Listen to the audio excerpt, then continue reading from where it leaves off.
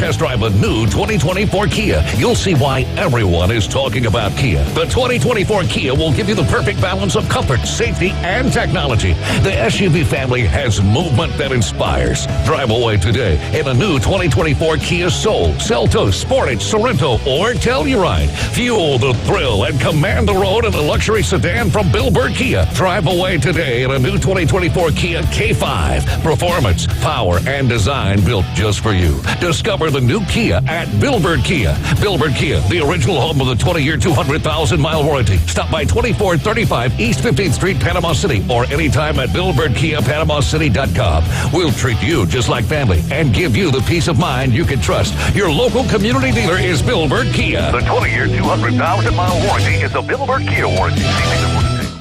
Attention homeowners, are you dreaming of a backyard oasis? Look no further than S&R Fencing, your go-to destination for quality outdoor transformations. At S&R, they specialize in crafting custom fences, decks, retainer walls, and all exterior construction that not only enhances the beauty of your home, but also stands the test of time. Their experienced team takes pride in delivering top-notch craftsmanship with a personal touch. S&R Fencing, locally owned, licensed, and insured, and a member of the BBB. WPLQ Port St. Joe, WGSX Lynn, powered by Panama City Toyota. ESPN Northwest Florida.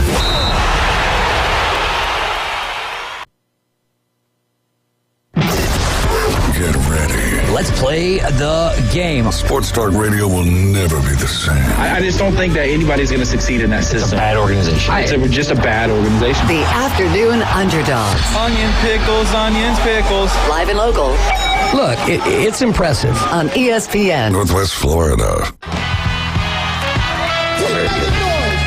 We are live. We are local. This is the Afternoon Underdogs here on ESPN Northwest Florida, your home for Auburn Tiger basketball. As college basketball got underway last night, Gonzaga got themselves a huge win. UCF knocked off Texas A&M. Rough week for the Aggies. Can't wait to talk with Morgan Hilliard tomorrow about that. That kind of just crossed my mind as they got absolutely shellacked by the South Carolina Gamecocks, and then UCF rushing the floor against them, which they hadn't been playing in Texas A&M, I believe. So why would you? I think it was okay. It had to be in Orlando. And Texas A&M was like what, number 10 or something like that going. Where are they? Like they were highly ranked. Yeah. Yes. Man, I was so mad at myself. I said on Tuesday I wanted so bad to pick South Carolina in that game when I picked them last week. I couldn't talk myself into it. I actually did pick it in the Pick'em League we're in. Oh, yeah. I actually did end up picking South Carolina. Where did you end up playoff-wise? What bracket did you end up in? Third bracket. Okay, bracket C. Whatever it was, but... and then I guess we ended still up tying. Money to be made in that league. That's the coolest way, or the coolest thing about. Yeah, man, I was this close. I was like, man, I want to do it. I couldn't talk myself into it. And then watching the game, I was like, yeah, this is. I mean, South Carolina is just one of those places. Like, it gets really weird for 1 or 2 games a year at night. You know, get Inter Sandman going. LSU coming off, or A&M coming off a big win at the house, and like it just had all the makings of a game like we saw. Speaking of UCF, what about the football team and how that game ended this past weekend? Pretty crazy. Who they played? I'm trying to think of who they played. I thought they whooped. I thought they whooped them. Yeah, but like Randy Pittman had a few touchdowns at the end of the game. Didn't he have like the big play at the end of the game? That's what I was referring to. No, that was halftime. That was halftime. Yeah, it was a Hail Mary that he caught at halftime. Okay, I thought it was the end of the game. My bad. Yeah, no, they took care of business. I can't remember who it was. Arizona 56-12. Yeah, that's what it was. They stomped them. That's why I was like, well, I don't know what happened at the end of the game. But yeah, Randy Pittman did have a great Hail Mary at the end of the first half, and that was very cool to see him making big moves there with the Golden Knights. I can't remember who it is that they have this week. I think it's going to be a Arizona tough State, game. I believe. Yeah, that's exactly who it is, and they're on the road for that game, so maybe they can get on that winning streak. I don't think that they have an opportunity to win the Big 12 anymore, but hey, it's just their second year in the Big 12. There's some big games, though, in the Big 12. Colorado and Texas Tech, I think, has a few implications on the line for what ends up happening in the Big 12, and I mean, we've got big things going on tonight here in our country on this Tuesday. One of them's already over, so really we only have one big thing left to look forward to, and that's the college football playoff rankings, and that's coming up tonight at 6 o'clock, man. It's going to be running from 6 to 7, and I am excited about it. We're going to go through final segment and kind of give our best guess at the top 12 and how they're going to land them, because they're going to put a Power 5 or a non-Power 4, a Group of 4, Group of 5 school in the top 12. You think? Like, do they move Boise State up there? It'll be interesting to see. A team I'm really looking forward to, and we can talk a little bit more about this in the next segment, is Indiana. Their strength of schedule right now is, to put it politely, very bad. Yeah. So, and the committee has always said they figure into that very heavily. Where do they put Indiana in these initial rankings? We've talked about it a couple times on this show the past few weeks. Indiana doesn't need to beat Ohio State to make it, but if they're barely on the fringe now, and they lose to Ohio State, I think it's going to be hard for them to jump back in. If they're kind of more in that 7, 8-ish range, like they are in the AP poll, that gives them a little bit more cushion if they were to fall. Assuming they don't beat Ohio State. I'm not saying they definitely don't, but it's going to be really interesting to see for Indiana, because if they're not already up there now, I don't think a win over Michigan is going to do much. The game against Ohio State, like we've said for a few weeks now, is going to be so huge. And I think a team like Indiana, this initial poll can be very big for them. Maybe the biggest for them, because they don't have the opportunity to kind of jump up, because after Ohio State, it's Purdue. Yeah. And that's pretty much it for them. Michigan, Ohio State, and Purdue. I still think that when you think about the brand of Indiana, that a win over Michigan, regardless of where Michigan is right now, is still huge for them. I think that they've been doing exactly what they have been supposed to be doing this year, and not my man came in running with the quick. He's like, "You're not going to be talking about my Hoosiers." I heard it, and I'm here. Okay, let's get a few things straight. You say Windiana 3 times, and Max the Line just appears, and you're... Yep. As my good friend BT says, I'll see you soon. And I am here. Let's get started here. All right. First of all, we were that Indiana record right now. Way to go. Way to open up the can of Max. I apologize. Yeah, he wasn't here when I started. In my defense. If we had a cursive A or a red G or a golden M, we'd be number 2 in the country You'd right have now. a much tougher schedule right now. No. Yeah. No. Whoa. First of all, it's a black G, sir. Oh, sorry. Anyway, I'm going to ride this as long as I can. You should. You should. I will. And let's get started here. So, okay, Texas. How many good teams does Texas beat? None. Okay. How many has Miami beat? None. Okay. Anyway, look where they're ranked. Anyway, if we had that same thing, and Michigan had the same schedule, they were number 2 in the country. They had a few knee knockers last year. And they had the same schedule? They had same strength of schedule across the board. But, our closest game was by 14 points, and it was our backup quarterback. So, either way, you can't say your schedule, and we are smoking teams. We're not having any FSU, Make-A-Wish games against Boston College. We're not. Make-A-Wish. Multiple, great things that fell that way. Oh, also... totally different, playing a Big Ten schedule than the ACC, okay? NIL money changes things, all right? And let's just say there's a forgotten stepchild, and that is the Big 12 and the ACC, because the SEC and Big Ten, that's where all the money's at. Their presidents knew how to make TV deals. They have money, and they're just way better ran conferences. You don't see either of our conferences being like, oh, man, we got to fill some spots. Let's get SMU and Cal in there. Hey, SMU has been, SMU's been they've been a wagon. They have a chance to make the ACC championship and thus a playoff berth. Especially after what Clemson did this last week. Would SMU be doing that in the SEC? No, probably not. I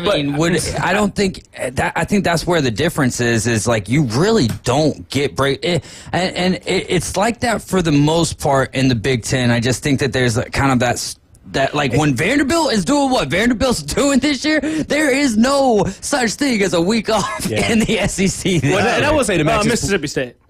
Yes, they are a week off. He's 100% accurate that if they were Bama or Texas or anybody else, they'd be number 1 in the nation. They'd be at least number 2. No, undefeated, they'd be number 1. Oregon's undefeated with a better win. Okay, all right. What I'm saying is if it was Alabama or Georgia sitting at undefeated, Georgia's number 2 right now, right? Yeah. With a L beside them. Yeah. So, but also Georgia's got 2 of the best, maybe the best 2 wins in all college football. But we don't know that because Texas, has had the same schedule outside of Georgia as Indiana, so they have the same amount of ranked wins.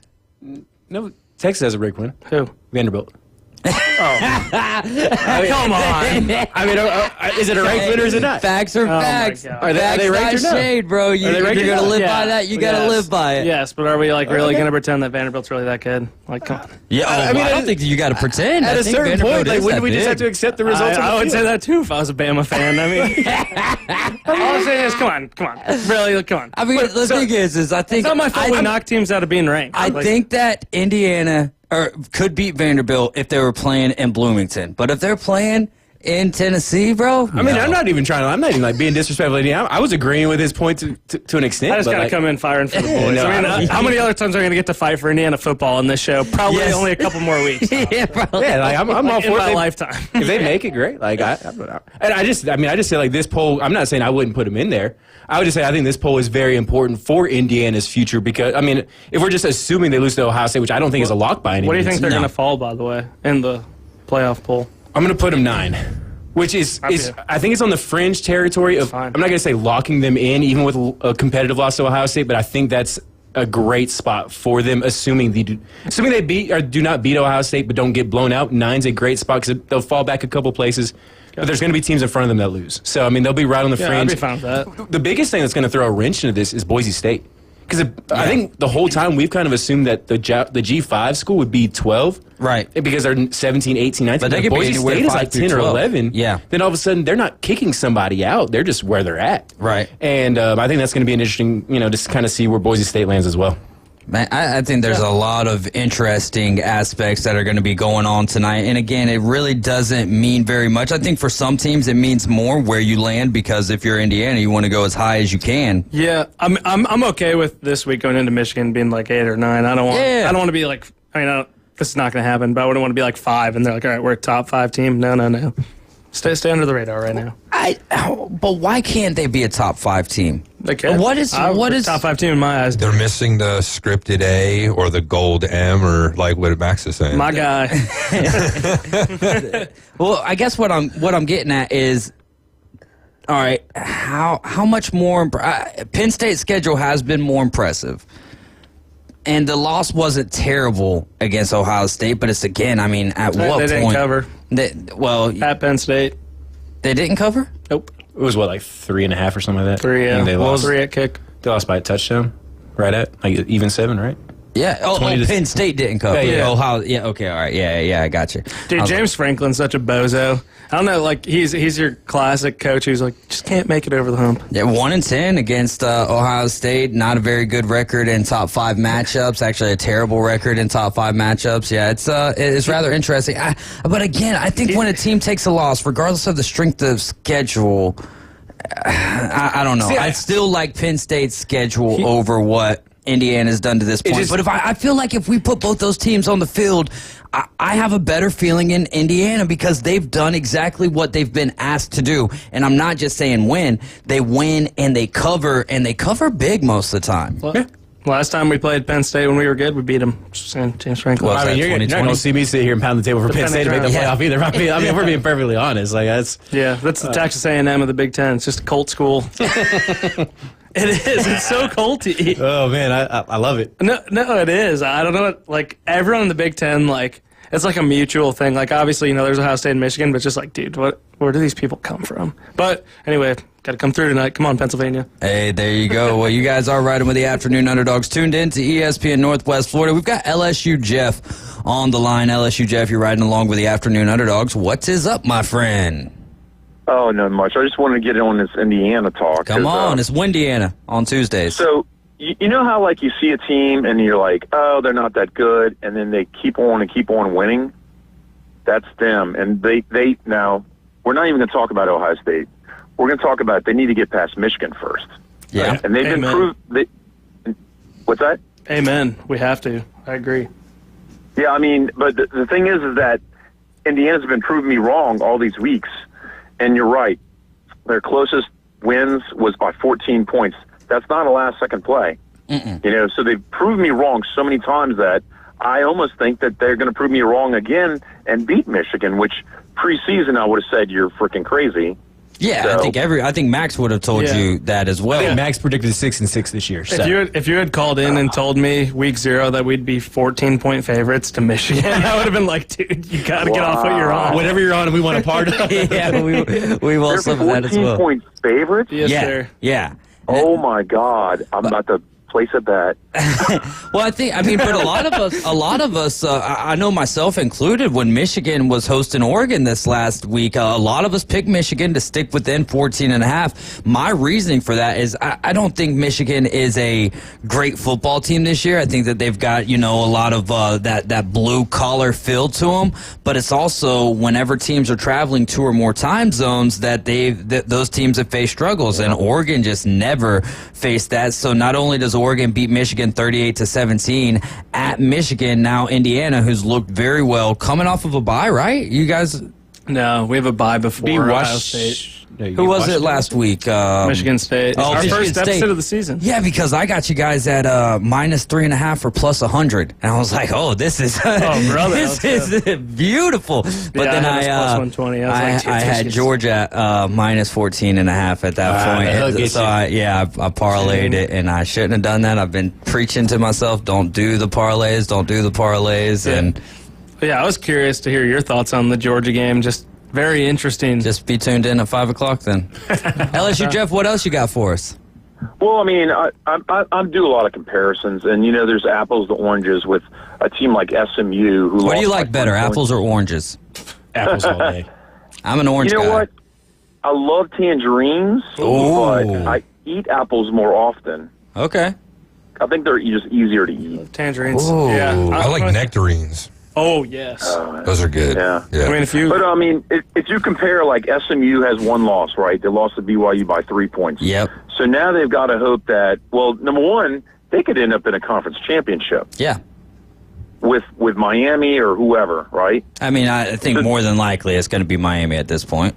So Indiana loses to Ohio State. Guess what? They don't have to play that conference championship. If they keep it within 20 points of the Buckeyes, they're slipping into the playoffs with that 11-1 record, where SMU's screwed because they take a second loss in a conference championship and they're out. They're definitely out. So I've got two. I don't know how the tiebreaker would go between Penn State and Indiana with them not playing each other. Max may know better. But honestly, I don't think you're going to see the committee penalizing the losers of the conference championships to a large extent. I think you're going to see like the top 12 is going to come out the Tuesday before the conference championship games, and the conference championship games are going to decide seeds as far as like whoever's going to be 1, 2, 3, and 4 because that's the top 5 conference champions. But I think if you're 6 and you're LSU and you lose to Georgia in the SEC title game, I think LSU's going to drop to maybe 7 at worst. But more than likely, because I don't think they're going to penalize. Because there's a lot of those teams that aren't going to be playing in those games. I don't think they're going to penalize an LSU for having to play that game where a Texas A&M doesn't, or an Indiana doesn't, or a Ohio State doesn't. I agree. I think it's kind of going to be like the college. I mean, you don't want to make it apples to apples, but it's like the college basketball conference championships. Like you lose in the finals of your conference championship game, like you're going to you're still really going to be in. Which 64-12 or 68, whatever we're at, 69, whatever we're at in college basketball. But with 12 teams, I think that it does make a little bit of a difference. I would hate to see someone get penalized for making their conference championship. And then I'll also say this: if Indiana loses to Ohio State by 21 or more points, and then you've got SMU there with their lone losses being to, let's say BYU wins the Big 12, and then in the conference championship to a top 10 Miami team, how do you keep a team like that out there, especially when SMU has done their due diligence? I mean, their closest win, I believe, is against Duke at the house, or Duke on the road, rather, and they had to fight some adversity to get that win. Not saying that I think that I think it would be very interesting to see SMU and Indiana on the same football field.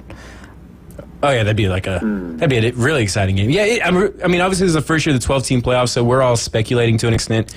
But to a large extent, I mean, we're 100%. So I don't know if you're going to see the conference champions participants punished in a loss unless it's a huge demoralizing victory. Then maybe you see a little bit, but I just don't think that they're going to hold it against them because, like I said, not everybody's going to be playing in those games. Like, how do you not penalize Notre Dame for not playing in one altogether? But a team like A&M or Georgia or Texas or whoever it is going to have to lose that game. And I just don't see it being a huge factor. I think it's going to be so close. And I've been saying that there's going to be one 3-loss team in the playoffs, but let me run this scenario by you. Texas A&M, 2 losses, right? They lost to Notre Dame. They just lost to South Carolina. Mm-hmm. They beat the Longhorns. They're in the conference championship with Georgia. Mm-hmm. If they take a third loss, they're 10-3. They're going to go to the playoffs over an 11-2 SMU. I think it's possible. I mean, at 11-2, yeah, they'd be. It would really depend on where they're ranked going into that game. I mean, I think if SMU is ranked 12 and Texas A&M is 13 and Texas A&M loses, they're not going to get in. You know what I'm saying? Like, I think it's without knowing the other 12 teams around them, it's hard to say for sure how that'd play out. Like I said, I think if SMU is 11 and Texas A&M is 12, they both get in. But if one's 12 and one's 13, however it was going in, you're likely going to see that same result coming out. In my opinion, That's a tough hypothetical. I know. Yeah, you're going to. That's come out. Those hypotheticals are going to be all over the place, especially when we get to conference championship weekend. Really, rivalry weekend. The Saturday after Thanksgiving is going to bring and I hope there's so much chaos to go along with it. But there's going to be so many different scenarios that they're going to play before any game that has some implications to do with the college football playoff. And if this team wins, you could possibly see this. And then those things will iron themselves out. And then we have a whole nother conference championship weekend, which I think this situation keeps the conference championship games relevant. It does to an extent. I mean, I don't hate them. I mean, I just think it's going to be interesting to see how they are treated going forward. Because, I think the first time we see a conference championship loser get knocked out of the playoff because they were forced to play a game, that's when you're going to see, changes by the conferences, which is why I don't think you'll see it. Right. Like, I think they don't want to discourage participation. And if we think about that, that's automatically 8 teams right there. If every team who gets into the conference championship, but I think for the Big 12 and for the ACC, right, and that's what I was going to say, for the Big 12 and the ACC, but then again, you could, for the Big 12 and the ACC, more than likely, just your conference champion is going to go in, more than likely. Who knows? Yeah. Who knows what the lead up to this is going to be? But then you could have over in the Big 12, you could have BYU versus Colorado. Colorado already has 3 losses, right? 2, right? Is it just Nebraska and okay, Nebraska. Kent State. All right, so they only have 2 losses, but give me a 3-loss team. They get into the conference championship game and they knock off BYU. Not only does that essentially might remove BYU from the college football playoff, but then now you're looking at a 3-loss team as a top 4 seed in the college football playoff. My tinfoil hat theory is that the ACC has kept Miami undefeated with their refs in order for them to lose the conference championship game. Miami still makes it in as an at-large, and then Clemson or SMU jumps in, and they get 2 teams. That's my tinfoil hat theory. Oh, man, I hope Clemson doesn't get in after that loss. Here's the scenario. You ready for it? Ready. Clemson lost to Georgia out of conference, right? Yeah. Smoked. They lose to the Gamecocks in the last week of the season. They're 9-3. They go and beat Miami in the ACC championship. They're 10-3, and they're a top 4 seed. Yep. Well, honestly, they may not be the top 4 seed. Boise State at that point would probably be ranked higher than Clemson, and they would be Boise State will get a bye game in the playoff, and that would be just awesome. No, that's not how it's set up. It's set up as the no, it's the 4 highest. It's the 4 highest ranked. 4 highest ranked is what they not say. Power 4. I don't think that they ever think that a group of 5. If Clemson was ranked below Boise State would get the bye week. It would make up for Boise State kind of getting shafted back in, what was it, like 02? Yeah, 07. Oh, was that and the 07, I think. Was it that? Hook and ladder. Was that Shoots and ladders. Yeah, the hook and ladder against Oklahoma. What about the Statue of Liberty play? Wasn't that back then, too? That was the same game. Now, let me tell you, because we're all thinking that the rankings tonight is going to be like the AP. I really don't think that Boise is going to be number 12. I think that they're going to get like a 15, and then they're going to have to work their way up into it. I know they're going to get the automatic bid. We all know that. But I wouldn't be surprised tonight if they are not number 12 and they're going to be not as good.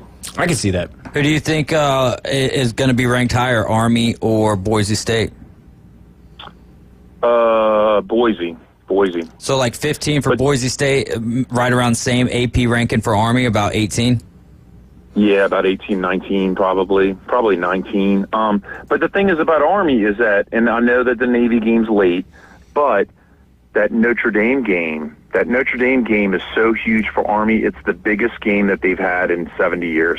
Yeah, we've been talking a lot about that in our separate group chats. What happens if, Army does beat Notre Dame, and then you're sitting there and they've got the college football playoff rankings come out, and they still have the final college football playoff rankings come out, and they would still have another game to play against Navy for the Army-Navy game. A lot of wild situations, scenarios that could be playing out. LSU Jeff, we're up against the break. Thanks so much for the call. As always, it's been great talking with you.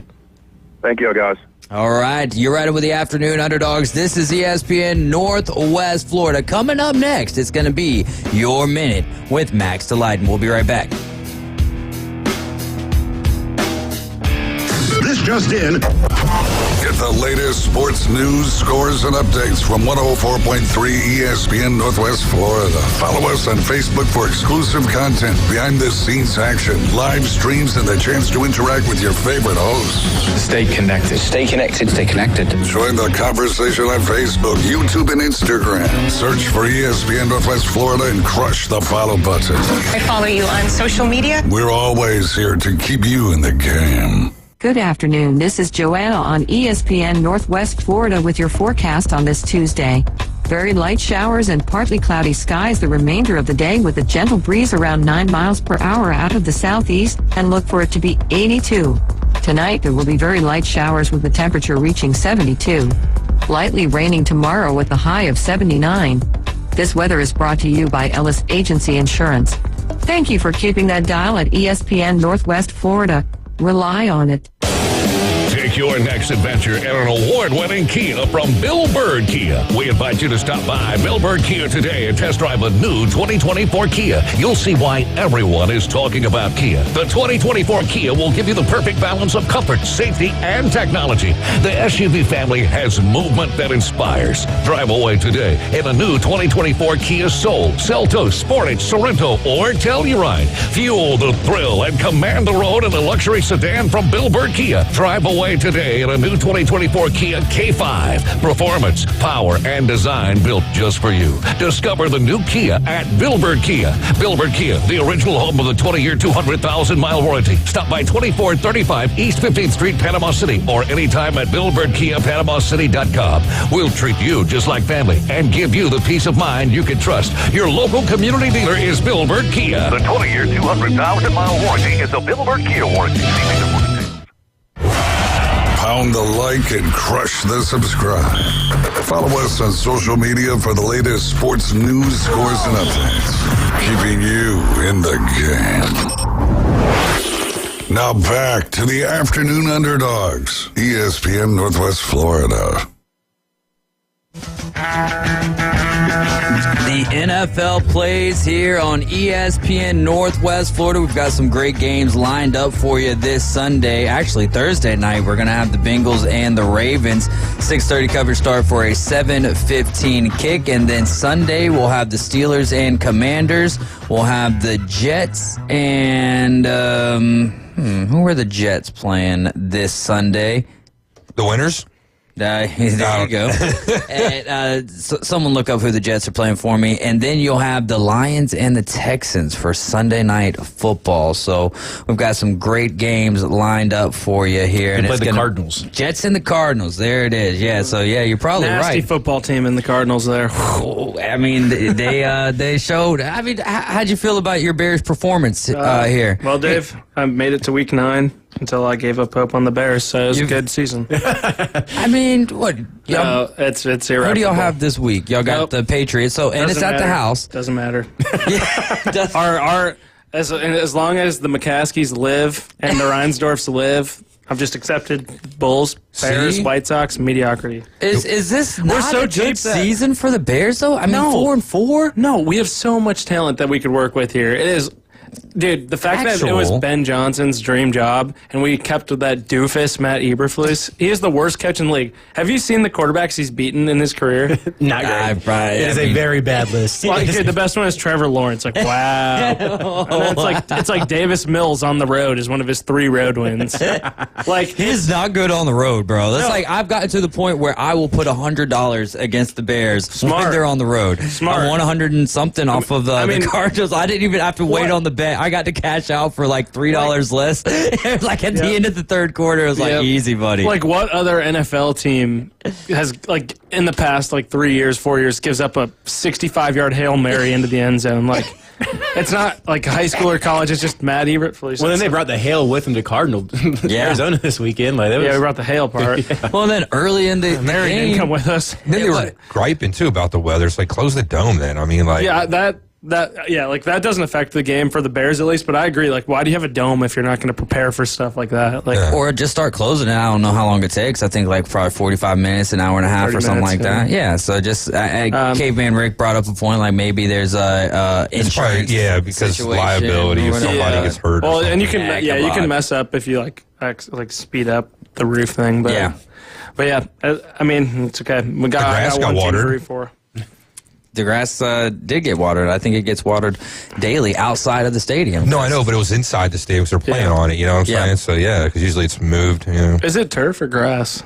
It's grass. They move the grass from inside to outside. It's like it's kind of like on a track, which is kind of weird. They have a retractable floor and a retractable roof. How about that for a stadium? Shout out Arizona. I don't know. I was happy with that result. I mean, the Cardinals have been a team that you can't really quite put your finger on either, because we saw them in the first week against the Bills, and you're like, man, they look like they're going to be a force to be reckoned with this year. And then they kind of taper it off, and then they've jumped right back into it. And I think that they'll have a good opportunity against the Jets this Sunday at 3:25. And your Bears got the Patriots, who were almost took down. I mean, I had the Patriots picked against the Titans. It's hard for me to pick the Tennessee Titans right now. Yeah. I need them to lose this week in the Survivor. Titans? Yeah. Oh, you got the Chargers? Yeah, I think that's Jay Herbo. I think that's a safe bet. One of the biggest spreads of the weekend. I mean, I think the most surprising. Well, it's not surprising at all, but the Eagles on the road -7. You know who they're playing? Who? The Dak Prescott-less Cowboys. See, that's going to be one of those games that ends up being like 27-24 and the last-second field goal wins it, because that's the way the NFL works. Well, right. Not only that, but the Eagles are so great at like building a lead and then giving it away. Yeah, and they almost did this last week against the Jaguars. They were making Trevor Lawrence look pretty pretty good this last Sunday for a stretch of time. Yeah, no, that's a great point. How about that move Saquon Barkley made? The reverse backwards hurdle. The Wordle. Is that the reverse hurdle? The Wordle. The Wordle. Wordle. It's just so cool watching elite athletes just do ridiculous stuff. And then wearing the Kelly Green, too. Ooh, looks so good. I was like cleaning up my living room while watching that, and I was like walking. I was like trying to think, could I do that move just with no one coming at me? And I was like, dude, how the heck? His spatial awareness is insane. Well, coming off of the spin where he spins to the left, and that's what I'm thinking he's about to do is spin again to the left, and then he just jumps up and like a ballerina or something like that, or figure skater, how Chef Ross put it. Yeah, backwards leapfrog, though. Like, I don't care if it was a smaller person, like a toddler, we'll say a toddler. I don't think I could do that. A dwarf. What's that? Can't say midget. I wouldn't even risk doing that over somebody, because I'd be afraid I wouldn't be able to clear them, much less like a grown man. I mean, going back to that point, I mean, when they are using it as far as like for wrestling and stuff, and they're profiting off of it, it's okay to use that term. So yeah, the guy that he jumped over was a pretty big fellow as well. So that was a great move. And then Devontae Smith later on in that game with the catch in the end zone, one-handed, and still gets the toe tap down. Real quick though, what do you think the final score? Going back to Indiana here, they've got Michigan this week, 14.5-point favorites they are. What do you think the final score? Give us your score prediction of that game. For Indiana, Michigan? Yeah. Is it in Ann Arbor? No. Let's go. It's so cool to see it sold out. Just brings tears to my eye. Yeah. I have no idea what the total is, so I'm going to go rogue. It doesn't matter anyway. We score 40 points a game. The total is 48.5. Okay. I'm going to go 24-10. No. I'll go 37-17. 37. Okay. If you, and again, it was a little different because Oregon's on the road, but if you beat them 37-17, that's what you said? Mm-hmm. That's the same score. Was that what the Oregon score was? 38-17. Really? I mean, the only difference is they were playing in Ann Arbor instead of Bloomington, so. Yeah, man, I think that's pretty impressive. Not comparing us to Oregon just yet. No. Give it a week. Dan, give me one more week. Wait 2 weeks. If y'all beat Ohio State by more than 1 point, right? And you're going to be on the road. If we win by one, we're at the shoe. No, 100%. 100. I'm just saying Oregon beat Ohio State by 1 point. That'd just be awesome. I mean, watching Ryan Day and James Franklin is like the worst of the worst going at it. Like, Ryan Day is not a good coach. The mid-off. That's exactly what it was. If Ryan Day loses to Indiana and then the next week he loses to Michigan. To this dumpster fire Michigan. Like, it'll be bad if Indiana loses too at this point. Like, yeah. I'm willing to admit that. I mean, he's got to go, right? If he loses to Michigan this year, he's got to go, right? Come on. I've been saying this for like 2 years now. I mean, I feel like it, but at the same time, like, who do they bring in? Billy Napier. Not bum Lincoln Riley, I can tell you that. Oh, my gosh, Lincoln Riley. Program destroyer. Destroyer of worlds. Lincoln Riley. That's he said something. What was it? There's probably 5 to 6 plays that if they went in favor of USC, that people would be like, "Man, what a great team this is." I'm like, dude, there's been what's it you've lost by like, and that's the only reason they're benching Moss. 5 to 6 plays. My favorite thing is like. Come on! Like, so your team couldn't. So your team is so poorly coached, they couldn't make any of those 5 to 6 plays. What does that say about you then? Like, it's just not. It just doesn't make you look as good as. And it's just stupidity. Like, for a guy who's been a head coach at 2 major programs and destroyed them both. Like, making over $100 million in the process. I don't know about destroying Oklahoma. That's a bit. But kind of brought it. But the Oklahoma won 10 games last year. Stripped them. How about that? Stripped Oklahoma of everything. Stripped them for parts. And then they had to go and get Brent Venables, which I don't know. I had high hopes for Brent Venables. You just never know how it's going to work out, especially when you've been a great defensive coordinator underneath Dabo Swinney. But yeah, it's been a tough go for Brent Venables, and he's a guy that can't really get his staff on the same page as him. I mean, it was a bad first year in the SEC, but last year they were 10-2. Like, that's a very, solid. Is that really fair though? I mean, that's been kind of like their MO though. Like, even back, like, the Stoops days, like having a pretty good team, having a couple losses, and just not being able to get over the hump and get there. And to his defense, Texas was a lot worse during that time too. So, if we're being honest, it's really not that far off what they've been doing for the last 15 years. Just Texas has been better. That's a good point. Ohio Brad, or Cleveland Brad rather, says Ryan Day sucks. He also says hearing rumors that Vrabel is up in Cleveland just waiting for Day to get fired. Ooh, I would not like that. Vrabel at Ohio. I don't. You don't think it would work out? I don't buy that. Oh, you don't buy the rumor? Okay. Maybe he's there for the Browns job.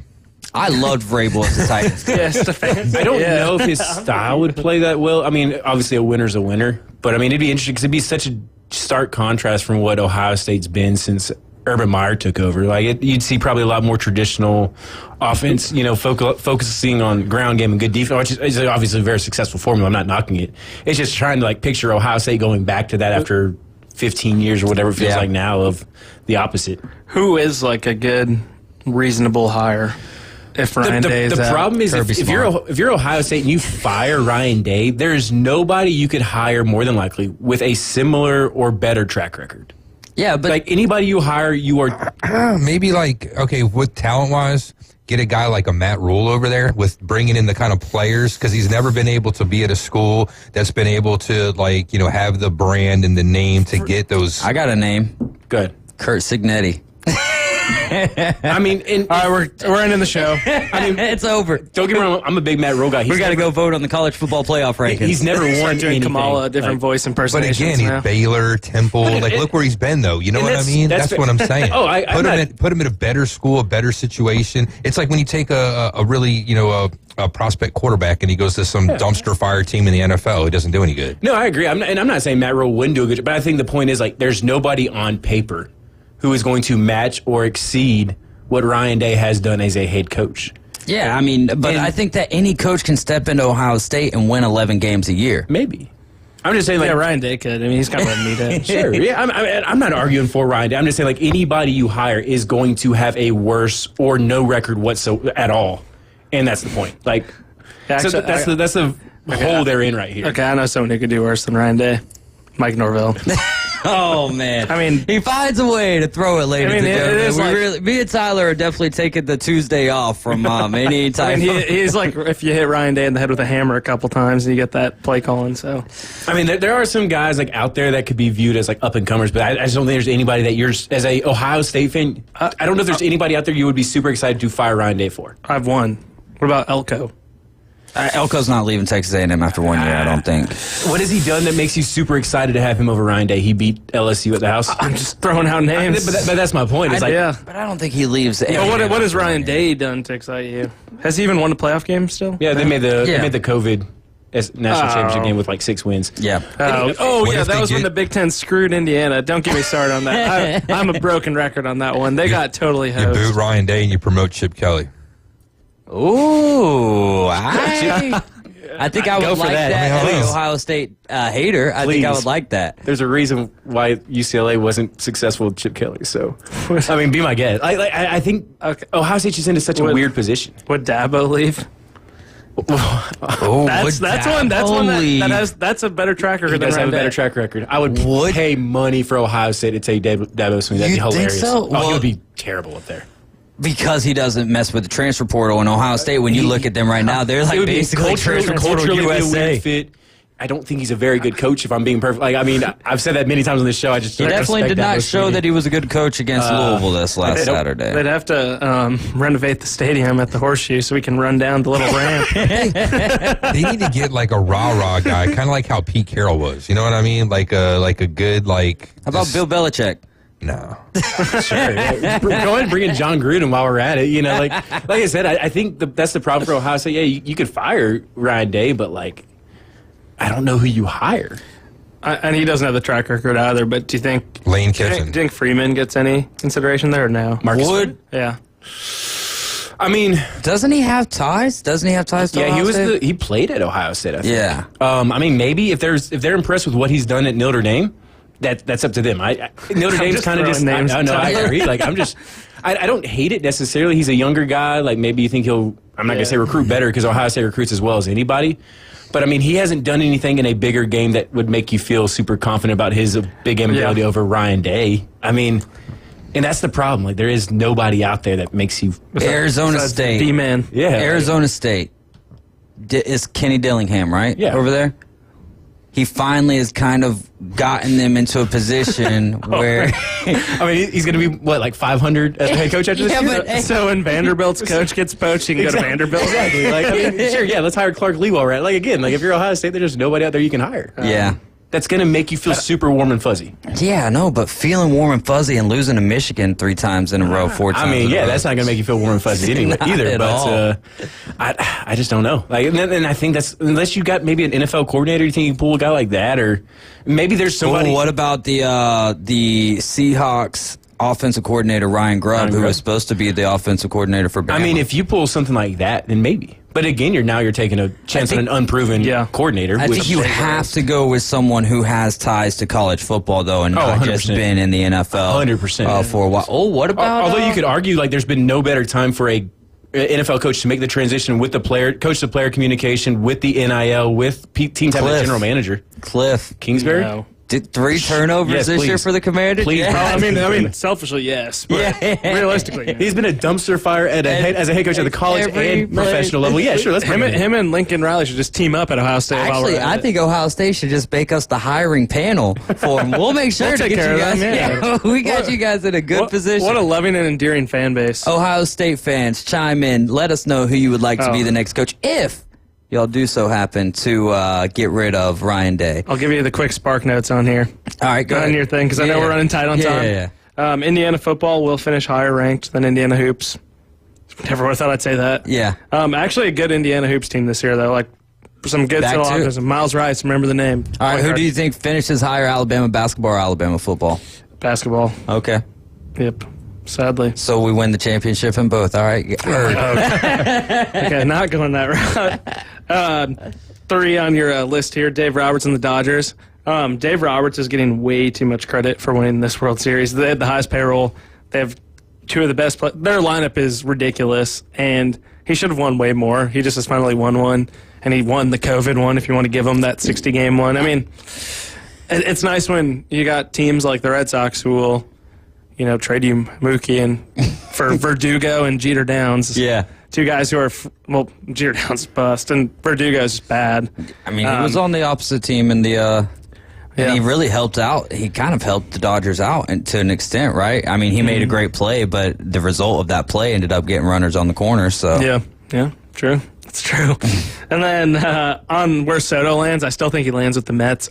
Mets. Oh, gosh, that would be so I can sick. guarantee you every New York Yankees radio station podcast go, the Yankees got to be the Yankees. Open their pocketbooks and pay him, blah, blah, blah. I'm sure they're all saying that. The Mets got big pocketbooks, too. Yeah, and so do about 20 other teams. So, I mean, I just don't really want to see Juan Soto on the Yankees. What about the Athletics?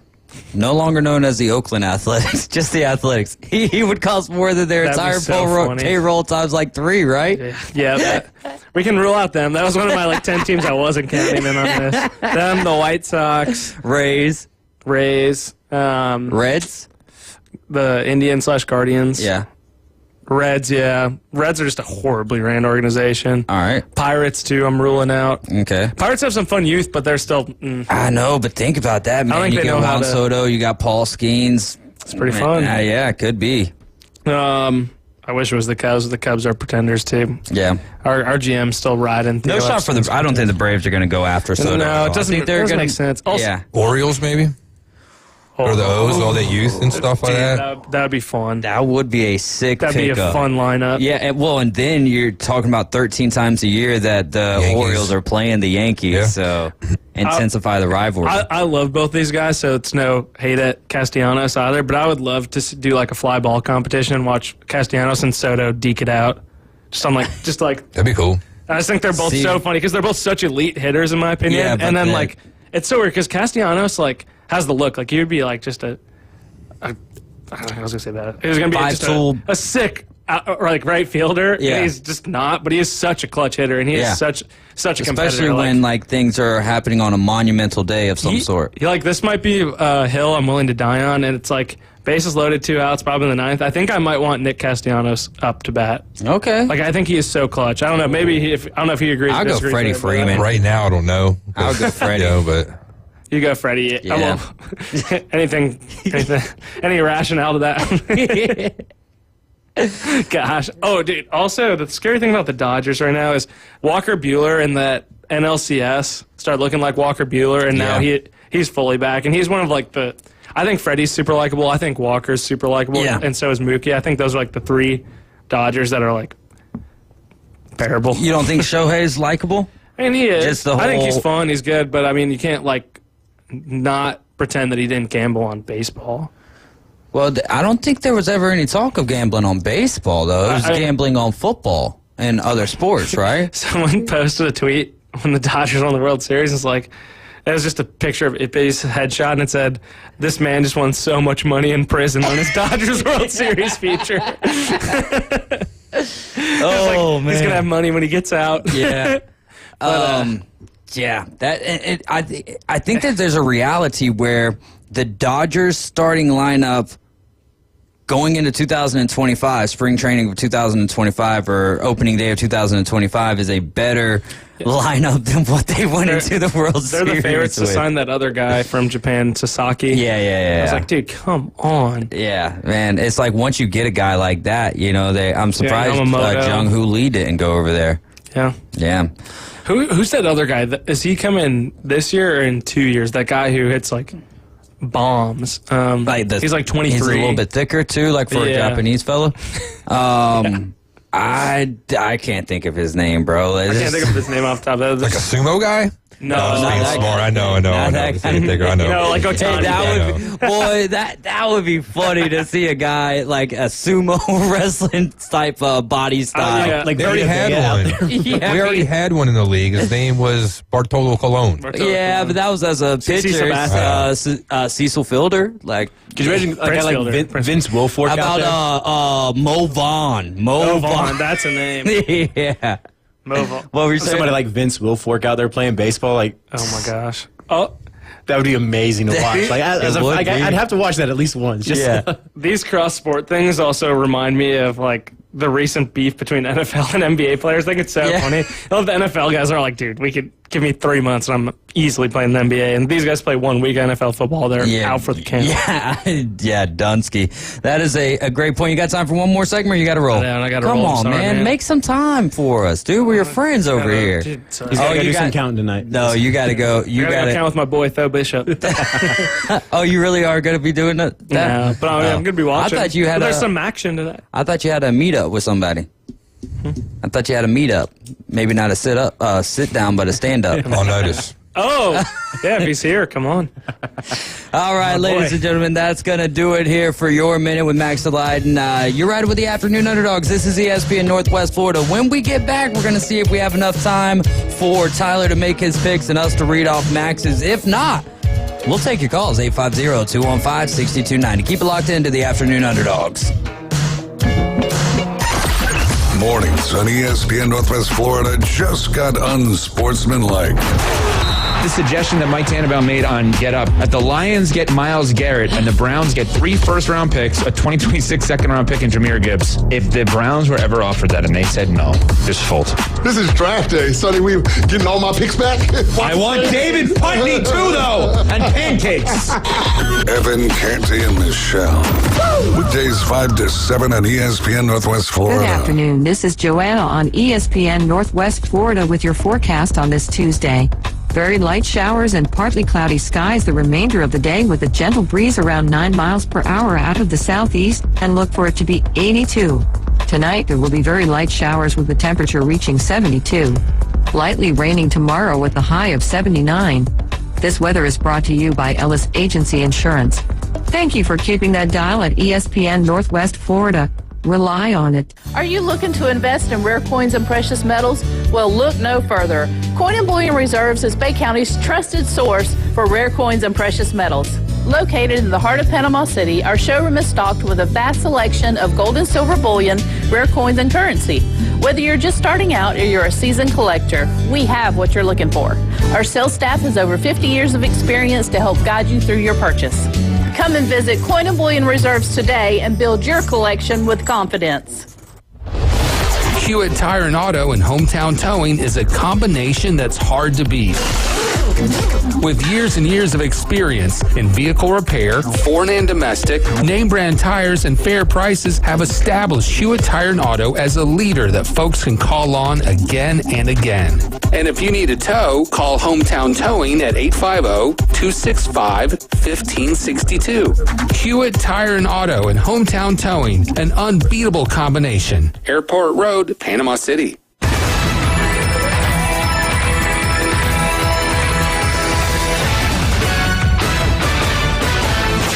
From the Auburn Sports Network, Alpha Insurance presents Auburn Sports Today.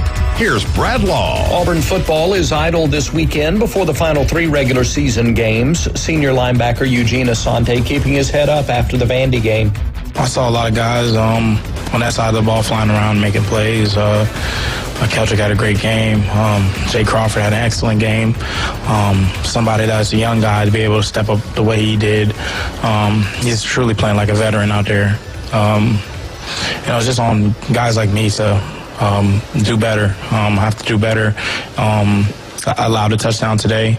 That can't happen. I pride myself on being able to do different things at the linebacker position, and I fell short today, and need to do better. And I know that coach will get me right, and I truly believe in our vision and this defensive vision. So I'm just excited for the rest of the guys and the way they played. But personally, I didn't meet my standard today. Pride is really just priding ourselves in being able to create knockback at the line of scrimmage, being violent at the point of attack. Just priding ourselves on guys aren't going to come in here and run on us. That's your will. That's everything you stand for as a human being and as an individual. So that's what Coach Durkin emphasizes, and we try to abide by that every week and be violent in everything we do in terms of the run game. Asante and the Tigers practice throughout the week before hosting ULM next Saturday. Women's basketball won its opener last night over Southern Illinois, 65-31. The men open their season tomorrow night against Vermont at Neville Arena. Until tomorrow, I'm Brad Law for Auburn Sports Today.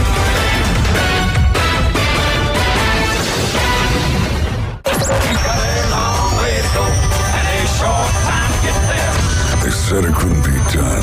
The Afternoon Underdogs are live. They say it can't be done. Are we going to do what they say can't be done? 104.3 ESPN Northwest Florida.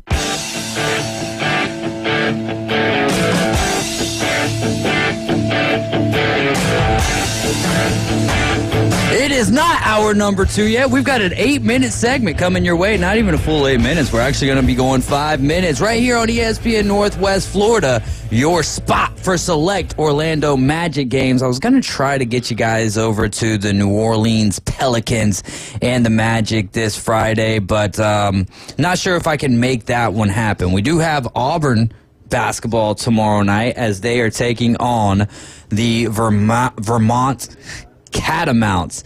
And that should be a good game as we're just underway here in the college basketball season and should be a lot of fun. I really won't be paying much attention to college basketball until we get through with what it is that we're dealing with now. Kyle Alberton says the Napier will be available for Ohio State soon. Lions offensive coordinator. Who is that? Ben Johnson. Is it Ben Johnson? Oh, yeah, that's the guy that Max wanted for Indiana. He'll take an NFL job if he wants one. Yeah, that's true. And there's already one open, Dennis Allen. Yep. And then, dude, all right, so let me ask you this. Let's put this one on the table. The Panthers are a team that you can't lose to in the NFL. Now, if you're a guy, if you're a team who's already solidified your spot, Luke Getsy, offensive coordinator at the Raiders, you can't fire Antonio Pierce in year one. That doesn't make sense, even though it does make sense for what they're like the Raiders.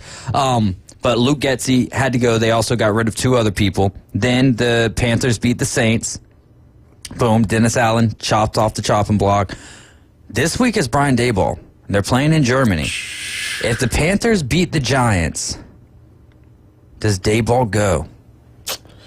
Oh, man. That is... And then... It won't happen during the season. It won't happen. The Mariners are too classy. I don't think they wouldn't make a move. I don't think like that in the middle of the season. If they did, it would happen after the season's over, I feel. Because of the ownership.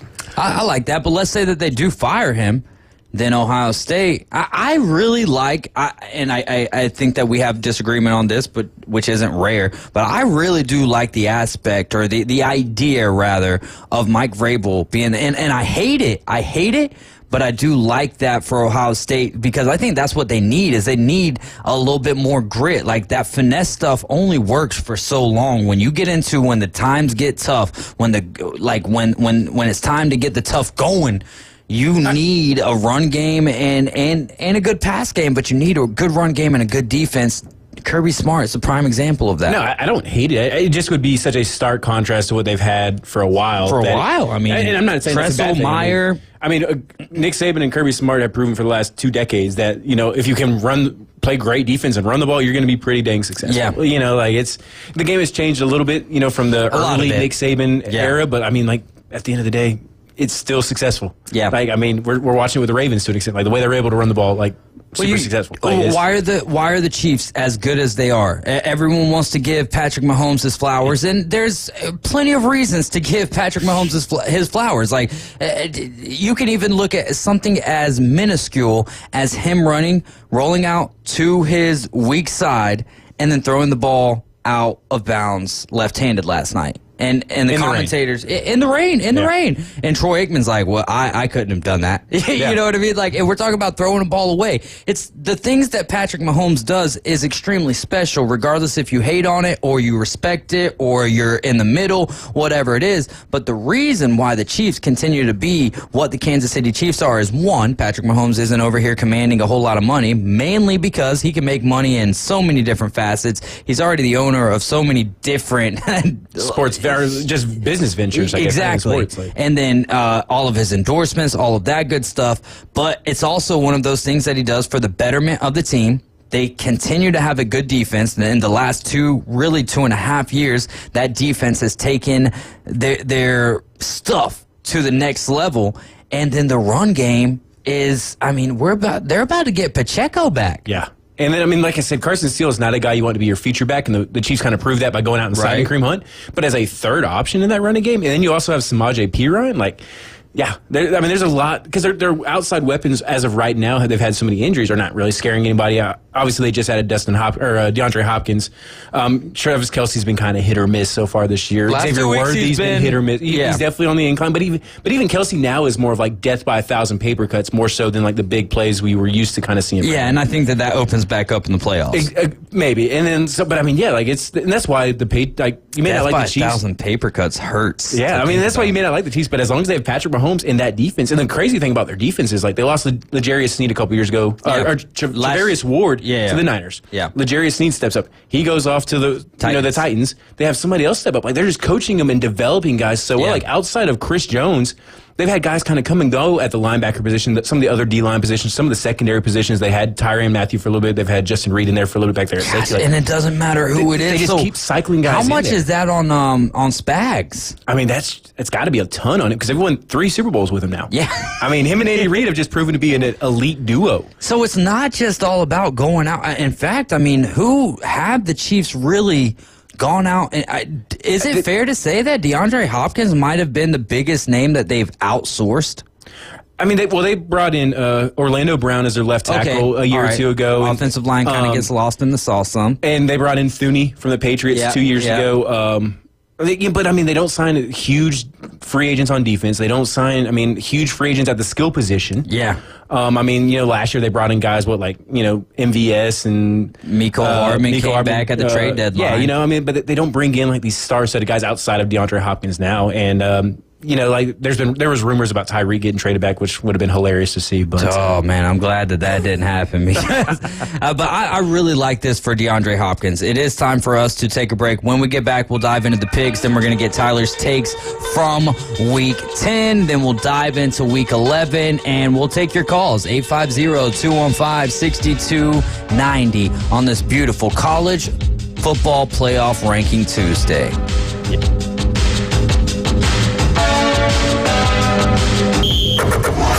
Your home for college basketball. ESPN Northwest Florida.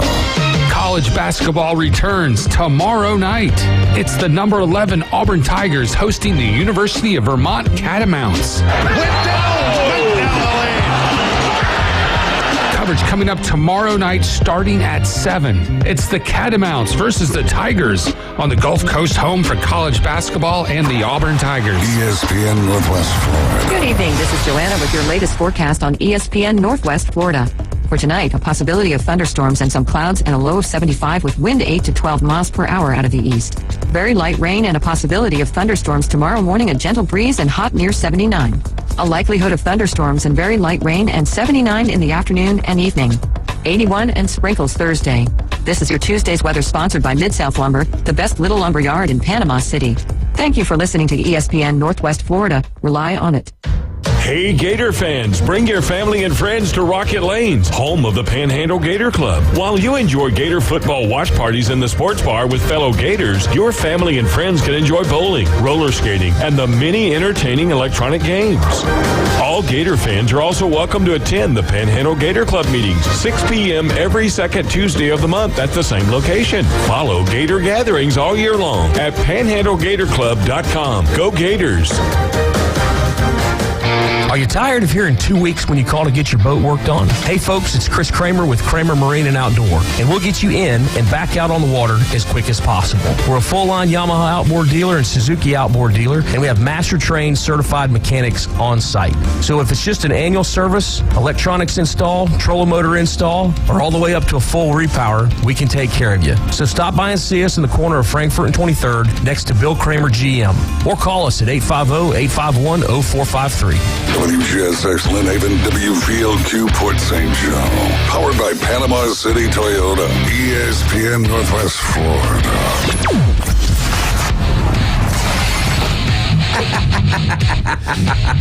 It is hour number 2 of the Afternoon Underdogs. This is ESPN Northwest Florida, your home for the Coach James Hale Show in the morning. And make sure you're tuned into that. They are on from 7 a.m. to 9 a.m. right here on your home for college football on the Gulf Coast. I'm David Hayes along with Tyler Bishop and Caveman Riggs. Max Delighten not in the building any longer with us. In addition to the 12-team rankings, This is from Professor Plum. It is election day, and you were 100% right about that. I was trying to be you guys' break from that because I'm sure that if you've turned on your TV, if you've turned on your radio. It's election day?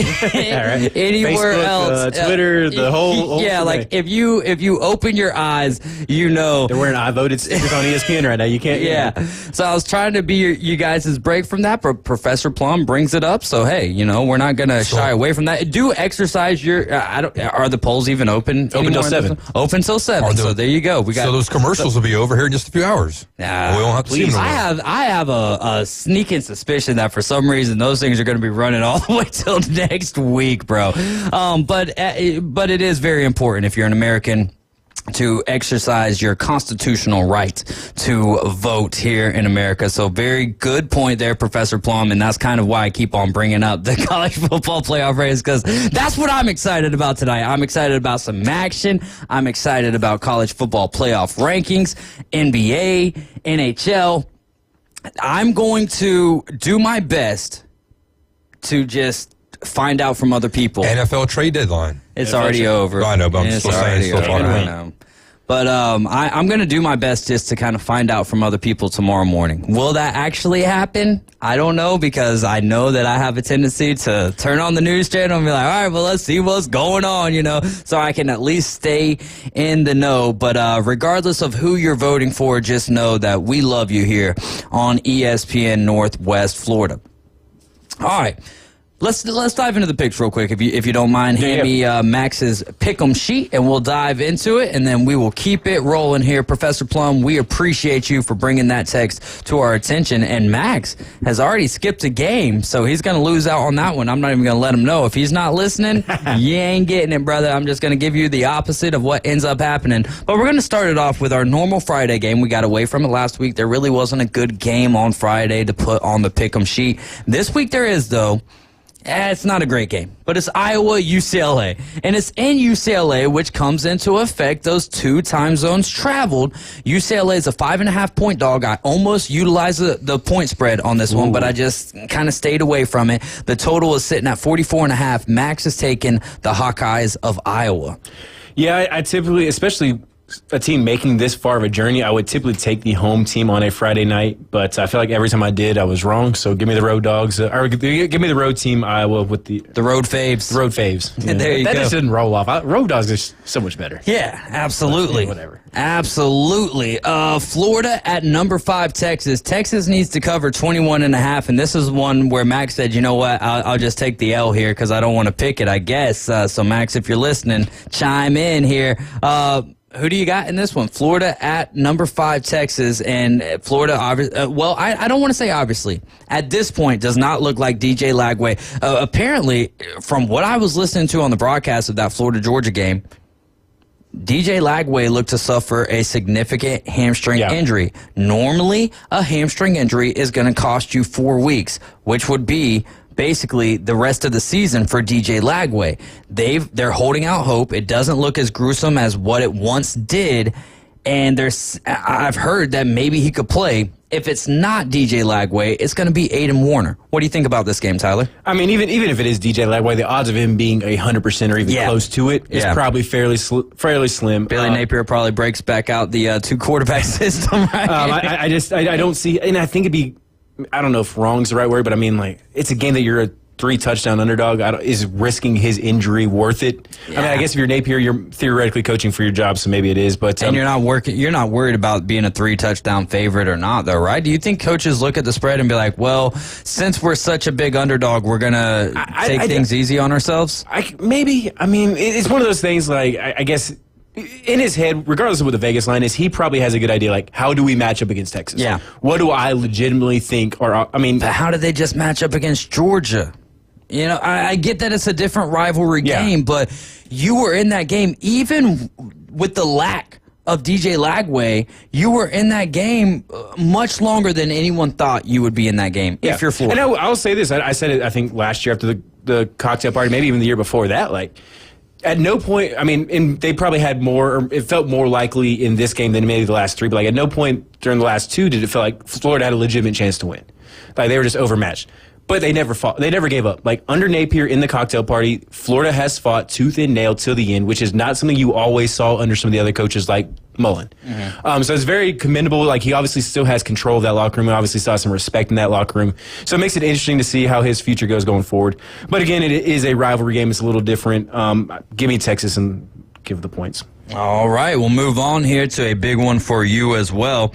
Number 2 in the land, the Georgia Bulldogs travel to Oxford to take on number 16, the Rebels of Ole Miss. Ole Miss is a 2.5-point dog at the house. I've read from Saturday Football, not Saturday Down South, that maybe Vegas got this line wrong. Ole Miss is going to be one of the best defenses, according to this publication, that Georgia has faced this year. And the total is sitting at 54.5. Tyler, your thoughts as Max DeLayden has taken number 2 Georgia? I mean, it's certainly possible. Ole Miss is a pretty good team. I mean, they've shown that at times. They've also shown that take Ole Miss money line. And I get it. Ole Miss is at the house. I'm not doing that. Georgia's thrown, Carson Beck has thrown 6 interceptions and 1 touchdown the last 2 weeks, and we've still won those games by a combined 30 points. Fault. So I mean, at this point, bet against Georgia playing anybody but Bama at your own risk. I mean, and honestly, like we've seen what he's done against Bama, and we've seen what he's done against Michigan, Texas, Ohio State, Ole Miss last year. The list goes on and on. LSU, and on you know what I'm saying? Like, there's a lot of high-quality programs along that list in that 48, 49-game stretch or whatever it is at this point, like, of teams not named Alabama that he's... And so, like, Kirby Smart in a big game that's not against Alabama, how do you not pick the dogs? Like, it is what it is. Yeah, no doubt. Do that at your own risk. And if Carson Beck can throw less than 3 interceptions, we'll be in business. God, I'm just... It's got to be... We'll get your recap on that here in a little bit. Michigan at number 8, Indiana, or Windiana, as we've been calling them. But Indiana needs to win this game at the house by 13.5 points, while the total is sitting at 48.5. And, of course, Max DeLayden believes in his Hoosiers. I'm going to take Michigan to cover but not win. Okay. I think Michigan is going to try to play a slow, keep their offense, our defense off the field. What they tried to do against Oregon, which they did for the first half. Indiana does have a big game against Ohio State coming up. I think Max said there was the bye week in between, so maybe that helps prevent this from being a trap game of sorts, which is hilarious to think that Indiana may think Michigan is a trap game this season. Like, if you had said that going into the season, you would have looked like you had been hit on the head one too many times. But I could see Michigan trying to take the approach of like, hey, let's grind it out, let's keep it close to the end, and then take our chance. And like I said, and I could be dead wrong, and it could be a 37-17, I think was the score Max gave, or it could even be worse than that because Michigan doesn't have the firepower to keep up. But I think they're going to try to prevent a shootout and just try to play an ugly, nasty game and just keep it close. Number 21, Colorado travels to Texas Tech to take on the Red Raiders. The Red Raiders are a 3.5-point dog at the house, and the total sitting mighty high at 62.5. Max has got Colorado. Yeah, I'm taking Colorado. I mean, they're quietly playing some good football. Now that they're not the limelight, they're playing... I mean, I'm not saying they weren't playing well before, but they're playing pretty decently football. You've got Shedeur Sanders, you've got Travis Hunter. Those are going to be the 2 best players on the field, and anytime you have the 2 best players in the field, in a game like this where the talent can be such a hit or miss between the 2 teams, like, give me those guys. What's funny is this next pick from Max's. He had some complaints about Vanderbilt earlier, and South Carolina travels to number 24, Vanderbilt. And Vandy is a 3.5-point dog. Am I seeing that right? Vandy is a 3.5-point dog, which just gives them even more kind of fuel to the fire. As last week they were like, ooh, we know we messed Vegas up this last week. South Carolina at number 24, Vandy. Vandy is a 3.5-point dog. Total sitting at 45.5. And Max has taken the Vanderbilt Commodores. As Jack Patterson says, good afternoon, guys. Hope you're doing well, Jack. We appreciate you tuning in. Kind of the same reason why I wanted to pick South Carolina against A&M last week. Kind of the same thing for South Carolina against Vandy this week. South Carolina, big, emotional, high energy night win at the house, and now you're going on the road to play against a team that isn't going to be considered as big as the guy you just beat. And they don't seem to get emotional. And Vandy's just very methodical. I mean, they took Bama down at the house. They took Texas down to the wire at the house. You don't just walk into Nash Vegas and walk out with a W easily. But again, it's just the emotional aspect, and give me Vandy. All right, man. Washington at number 6, Penn State, but Penn State needs to cover 13.5. The total is sitting at 46.5. Max has got the Nittany Lions of Penn State. Penn State coming off of that loss to Ohio State, and Washington has the record doesn't really portray the team that they've been this year, but I think Jed Fish has been doing a good job for a team who was in the college football playoff last year and essentially lost everything. Max taking Penn State. Who do you got, Tyler? Yeah, if you look at what Washington lost, what Jed Fish has been doing is a very great year for what you probably expected. 17 returning players. And not to mention the whole coaching staff was gone. Right. You know, all sorts of stuff going on. But this is a James Franklin special. They get up to number 3. They lose to Ohio State.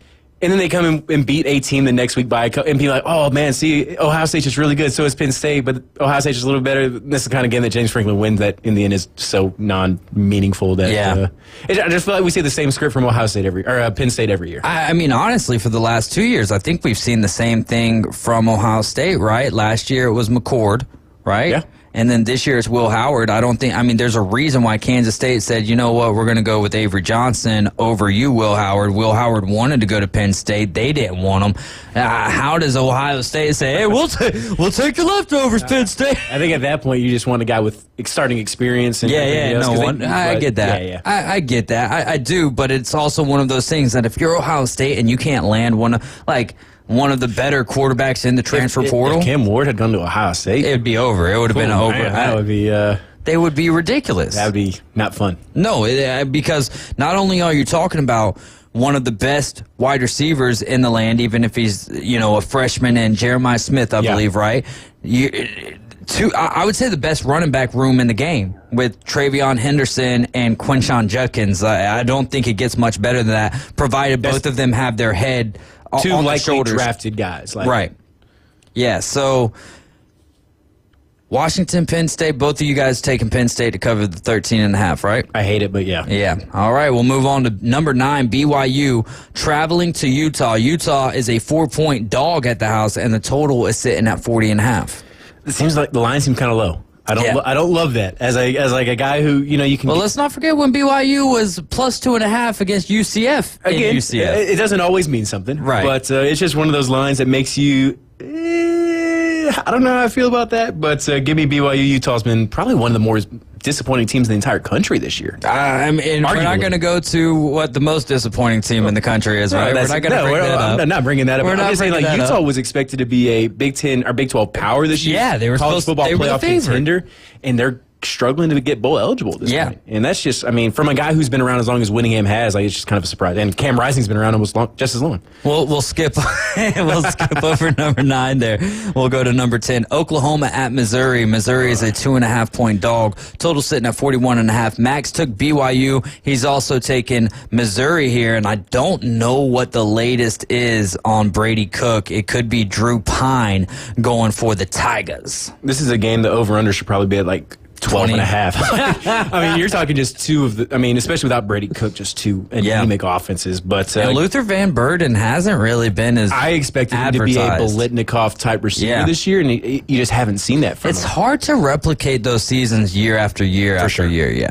But give me the Tigers at home. Oklahoma hasn't really shown me anything to believe in them at home or on the road really all year. So I'll take the Tigers. Number 11. Alabama, traveling to Death Valley for a 6:30 kickoff, and the time has changed, so it gets darker even earlier. Before they even start this game, it's going to be dark in Baton Rouge. Number 11, Bama. Number 14, LSU and the Bayou Bengals. Alabama's a 3-point road dog here, which makes me scratch my head a little bit on what the Sharps are thinking when it comes to this game. And the total is pretty high at 58.5 here. Max is taking the Tide. Who do you have in this game? So I actually got Alabama in this game in August, as a 1-point dog. Okay. So, I got a little bit of whatever. It's not a significant amount of money. Yeah, a little skin in the game. It was one I felt really good, the line would change as we got closer to the game, and obviously I was correct, right? But it changed. However, on that note, though, Death Valley at night, Alabama hasn't played particularly great on the road in the SEC. They lost to Vanderbilt, they lost to Tennessee, both on the road. They had a great game against Missouri going into the bye week, so you're hoping some of those issues that they had those last few weeks get resolved and you come out playing some of your best ball here. But LSU needs this one to have. I mean, both teams need this one to have any chance at a.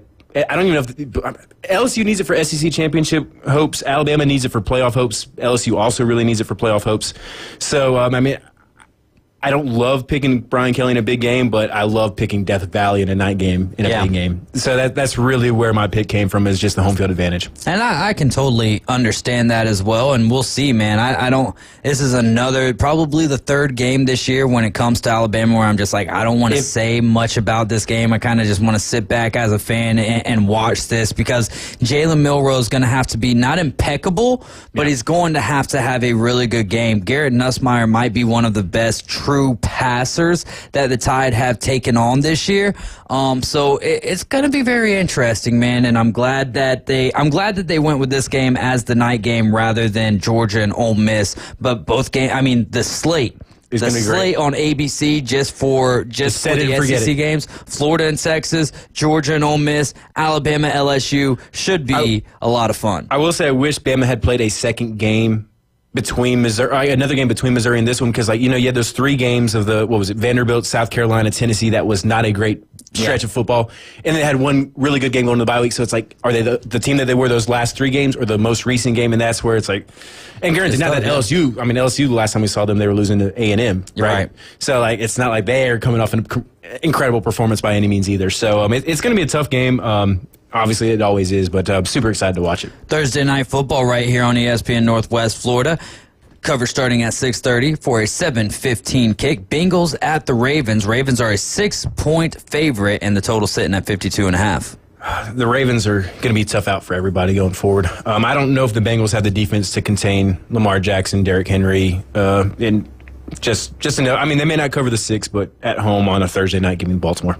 By the way, Max has got Alabama, Missouri, and he also has the Baltimore Ravens. And the Bengals need that game more for a wild finish in the AFC North, which at first kind of struggled out of the gate. The Browns, I don't think, are going to have anything to do with how that division plays out, but the Bengals have now gotten themselves into a position where they can enter the chat. The Steelers have been playing really good football, and obviously we've seen what we've seen from the Ravens, even though the Browns did down the Ravens, not this last Sunday, but the prior Sunday. Steelers at the Commanders. Also, this game will be on ESPN Northwest Florida. Coverage will be starting at 11 a.m. for a 12 p.m. kick. Steelers, Commanders. Commanders are a 3-point favorite. They've only turned the ball over 3 times this year, and the total sitting at 45.5. Mr. Delighted has the Commanders. I'm taking the Commanders. This is one I may change in a couple of days. I feel like this is kind of like a Mike Tomlin special. Washington's got all the hype, the young stud quarterback. It just kind of feels like a sneaky game that the Steelers come in, shut them down, and win something ugly like 23-13 or something like that. So right now I'm rolling with the Commanders just because of what Jaden Daniels has been doing. There's been a lot of excitement on that team. Cliff Kingsbury's done a great job with him protecting the football. And the head coach, Dan Quinn. Dan Quinn, yeah. I could picture him. I was thinking Gus Bradley, but that was a different guy. To me, it's just still so wild that Dan Quinn is doing a pretty good job with that defense, too. So give me the Commanders at the house for now. I'm not cementing that pick in just yet, though. 49ers at the Bucks. Bucks just gave the Chiefs every little bit that they could handle last night. I'd also like to get your thought later, both of you guys' thoughts later on in the show. But 49ers at the Bucks. 49ers are a 5.5-point favorite on the road here. 51.5 points is the total. And CMC, I don't think he'll be back for this game. The 49ers just opened up his 21-day window to come back from the IR, but he has been practicing. So 49ers, Bucks, Max has got the Niners. I'm taking the Niners. I don't love it, but I think if the Niners legitimately want to make any sort of great postseason push, this is the kind of game they need to win. The Bucks played great last night, phenomenally. But, I mean, they're still without Mike Evans. They're still without Chris Godwin. Baker still making some great plays. Kate Otten had a great game. Sterling Shepard had a great game. Yeah, he did, especially more so as a back to some extent. But if the Niners want to be a legitimate postseason contender, I think this is a game they need to pull off. Lions at the Texans, Sunday Night Football. Cover starting at 6:30 here on ESPN Northwest Florida Sunday evening. And the kick will commence at 7:20. Lions at the Texans, 3.5-point dog. The Texans are at the house. Total sitting at 49.5. Max has got the Detroit Lions. It'd be hard to get me to pick against Detroit right now. They're just playing great football on both sides of the ball, and just simple as that. Like, I mean, I don't know why you would bet against them right now. There you go. And Monday Night Football also right here on ESPN Northwest Florida. Dolphins at the Rams. Rams are a 2.5-point favorite at the house. Total sitting at 50.5. And Max is going to take the Rams. Dolphins, 2 close losses back-to-back weeks. Can they claw their way to a win, as the Rams just this last Sunday, had a very thrilling, especially for me, overtime finish against the Seahawks. That was a huge divisional game they won in overtime there. I mean, Puka's back, or will hopefully be back and stay in the whole game this time. Stay in the whole Cooper game, Kupp's back. You know what I'm saying? They're starting to get before he got ejected, I had up on my screen a parlay for Cooper Kupp and for Puka to score a touchdown, just an anytime touchdown. Right before he got ejected, and then I see he gets ejected. I'm like, well, yeah, can't do that. And it's one of those, like, they're coming back a little healthier now. Like, is that offense going to kind of start clicking a little bit? The Dolphins are still, they're just not performing what many had hoped going into the season, even with Tua be back. Obviously, Tua had the injury. So give me the Rams, especially at the house. All right, that's going to do it for us here in this segment. When we get back, we will be talking Tyler's takes going up on a Tuesday, a very special Tuesday. Why? Because the college football playoff rankings are going down in less than an hour. We'll be right back. Keep it locked into ESPN Northwest Florida.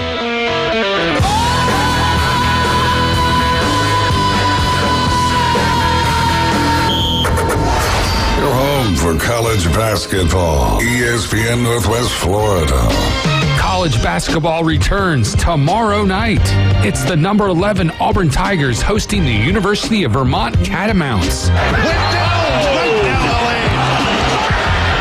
Coverage coming up tomorrow night starting at 7. It's the Catamounts versus the Tigers on the Gulf Coast home for college basketball and the Auburn Tigers. ESPN Northwest Florida. Good evening. This is Joanna with your latest forecast on ESPN Northwest Florida.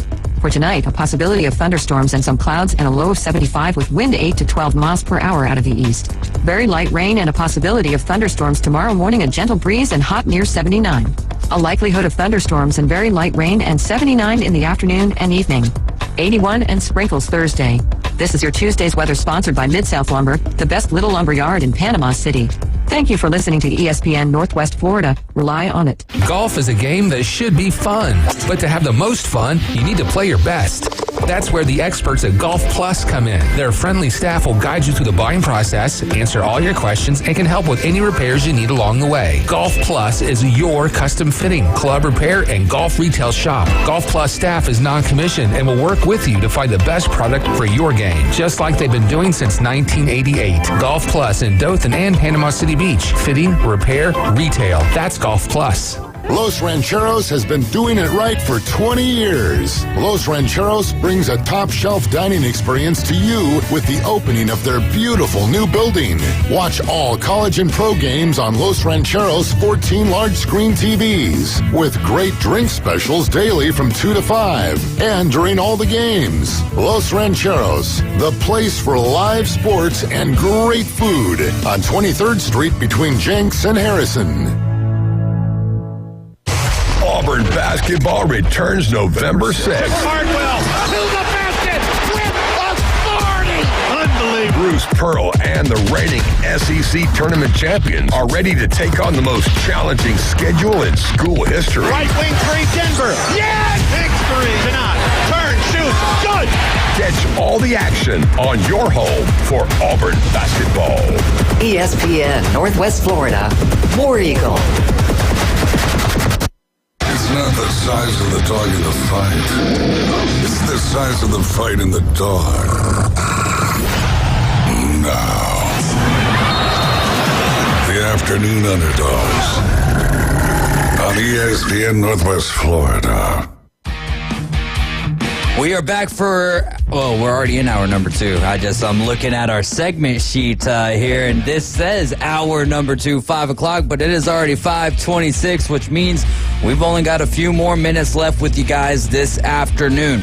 You can call in, text us, 850-215-6290. We're also streaming live on Facebook and YouTube and Twitch, and you can also get the app and take us with you wherever it is that you go. But I'm David Hayes, along with Tyler Bishop and Caveman and Rick, and I'd like to get Tyler's takes here on a Tuesday. And we'll start off with your perspective of the Florida-Georgia game coming from the Georgia viewpoints. Man, it was frustrating. Like the third, so Carson Beck threw 3 interceptions for the second straight game, and again, what may be kind of scary if you're a college football team is he's thrown 6 interceptions in 2 games, and he's beaten a rival in the number 1 team in the country by combined almost 30 points.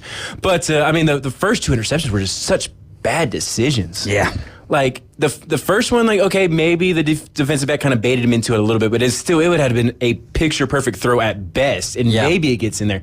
The second one was literally into triple coverage across the middle. Like, what is you doing, my boy? That's real quick. The throw last night, Patrick Mahomes kind of steps up into the pocket, starts scrambling a little bit, flicks it up in the air to DeAndre Hopkins, where there was more defenders than anywhere on the field in the secondary. It still makes a completed pass. So sometimes you got to throw it in the triple coverage. Vertically there. Moving vertically, you can throw it past He broke defenders. off of what his route was actually supposed to be there. And it's just, you came into the season, Carson Beck was a number 1 overall choice, Heisman candidate, all this stuff. And like, if you had told me coming into the season that at week, leaving the Florida game, Carson Beck was the biggest concern with this Georgia team, I'd be like, all right, well, let's just go ahead and cash out the national championship ticket right now. Yeah. You know what I'm saying? Like, I would have been like, okay, that means we're beating everybody by 75 points. Yeah. Our defense has allowed 3 points all year. And you know what I'm saying? Like, if you had told me coming into the year, Carson Beck was going to be the biggest, like, unknown from a week-to-week basis at this point. And it's just from a guy who's been around as long as he has, and then it's just maybe it's a bit of the yips, maybe he's in a funk of whatever. Yeah. And it's one of those things like nobody really knows but him. Maybe Kirby has whatever, but it's just incredibly frustrating. Florida, like I said in the last segment, like Florida under Napier in the cocktail party has fought tooth and nail to the end of the game. A lot of respect for it. Rivalry game, you would expect nothing less or hope for nothing less. Don't get me wrong, I'd love to beat Florida by 70 points and them crawl out crying. But I respect them for not doing that. It's in a lost season. And I know a lot of them it was kind of personal because of ETN and some of the comments he made on his way out. And it's funny that a lot of their players and fans are celebrating like some of the hits they had on ETN in a game that they lost to by double digits. Neither here nor there either. But yeah, keep going. And so like props to them, I think Bobo had a few great plays. The defense made a few great plays. They had a few really bad plays. And that's just kind of what Georgia football's been. I mean, there's not one single game you go back and look outside of maybe the Clemson game where like, man, they just dominated that game start to finish. The Texas game, as good as they looked in defense at times, again, Carson Beck, another 3 interception performance. But at the end of the day, like as bad as you want to say Carson Beck's playing, as inconsistent as Georgia's playing, they're 7-1, ranked number 2 by the polls. 2 of the better wins 2 of the best 1-2 punch wins between Clemson and Texas as anybody in the country, maybe. The Clemson loss or the Clemson win now, like sure. I mean, does it lose a little luster after? It does lose some luster, but I mean, like Clemson's still ranked. They beat them by 30-something points at a neutral site, and they beat Texas by 2 scores at the house. Like Oregon beat Ohio State, and who else? You know what I'm saying? Like that's the thing is like with the way the schedules have changed. State, they beat Boise State. Okay, so Boise State. So maybe those are the 2 best wins. I'm okay. Oh, I'm not going to sit there and say that. I'm just saying like those are the 2 best wins. They have 2 of the better wins as a group. So like. And that's the thing, like as flawed as this I think Georgia Vanderbilt's got the best win of the season. You could argue that, honestly, But as flawed as this Georgia team has looked at times, like they're still considered one of the best 5 or 6 teams. Even if you don't think they're number 2, I don't think you'd have them any lower than like 5 or 6. Yeah.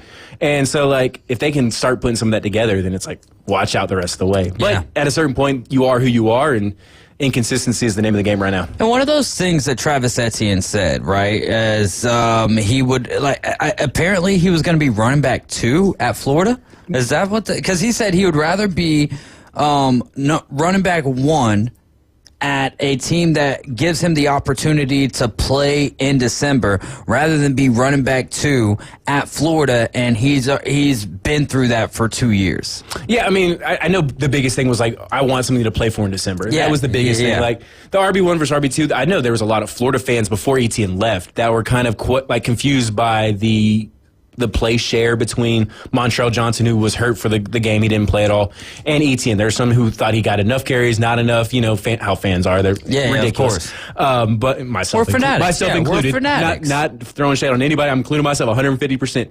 But you had teammates that didn't like that he went to a rival, even though they're ignoring that Florida has taken Georgia guys in the transfer portal the last few years, and Brenton Cox and Jalen Kimber. So it's always funny. It's one of those you want to get irate when somebody does something to you that you already did to them. Mm-hmm. And again, it's a rivalry. It's college-age kids. I'm not holding anything against any of them personally. But like I said, there's like, oh, yeah, they stole his mouthpiece on the third play. Like, okay, that's great. Y'all lost by 2 touchdowns. Yeah. Like, granted, y'all were expected to lose by 2 touchdowns, but y'all lost by, like, oh, we took him out of the game. Like, that's great, but you still lost by 2, But, again, it's a rivalry game. I have nothing but disdain for Florida and their fans and their players. But rivalries are what make, in college football, are what make the sport great. I'm not saying there aren't some in the NFL. I don't think they're as prevalent because, obviously, there's not nearly as many teams. But, no, I love hating on Florida 365 days a year. And as a kid growing up in Florida for a lot of my life, living through the end of the Spurrier era, the Urban Meyer era, in a span that we lost 18 of 21 or whatever that number ended up being, I'll take a win over Florida all day, any day, no matter how it comes, and we've won 7 of the last 8. So that's kind of how I feel with the Eagles going against the Cowboys and non-Dak Prescott-less Cowboys. I mean, you win by 1 point or 100. Guess what? You still won. Exactly. The other team lost, and you got bragging rights for another full year. If Lagway doesn't get hurt, I'm really reading off a comment. Yeah, Kyle Albritton says Ball is much better than ETN is. We are terrible, but if Lagway doesn't get hurt, Georgia loses. Bragging about beating a third-string quarterback from Yale. I don't think nobody's bragging about beating Florida. I mean, Florida's not worth bragging about this year. As a rival, you always want, but like Lagway, it's not like the offense was lighting it up with Lagway. They had the one big play, great throw. But their next drive was 10 plays for 39 yards. Obviously, does Lagway provide schematic challenges that Warner does not? Clearly. 100%. I don't think anybody's arguing that. To say that they definitely win, they still gave up 34 points on defense. You know what I'm saying? But a couple of those were by miscues on Aiden Warner that maybe if Lagway's in the game, he doesn't make those same decisions. Or maybe he does. Or maybe he does. We can see the game of football. And the thing was, he went out in the first half. There was 2 and it's not like he went out late with sure, maybe he doesn't. Maybe Florida wins if Lagway stays healthy. He didn't stay healthy, so it really doesn't matter. Maybe if ETN stays healthy, the game's a blowout. Maybe if Carson Beck doesn't throw 3, you know what I'm saying? You can play the what if game all you want to. At the end of the day, Florida lost. Georgia won. So, like I said, nobody's bragging about being a third-string quarterback. That's not, it is what it is. It's just Florida lost. It's facts. He says, we would have won, and you only got 34 because a third-stringer that hadn't played plays a whole half. Okay. And they only scored any points at all because Carson Beck threw 3 interceptions. If he doesn't throw 3 interceptions, they lose by 60. Prove me wrong. You know what I'm saying?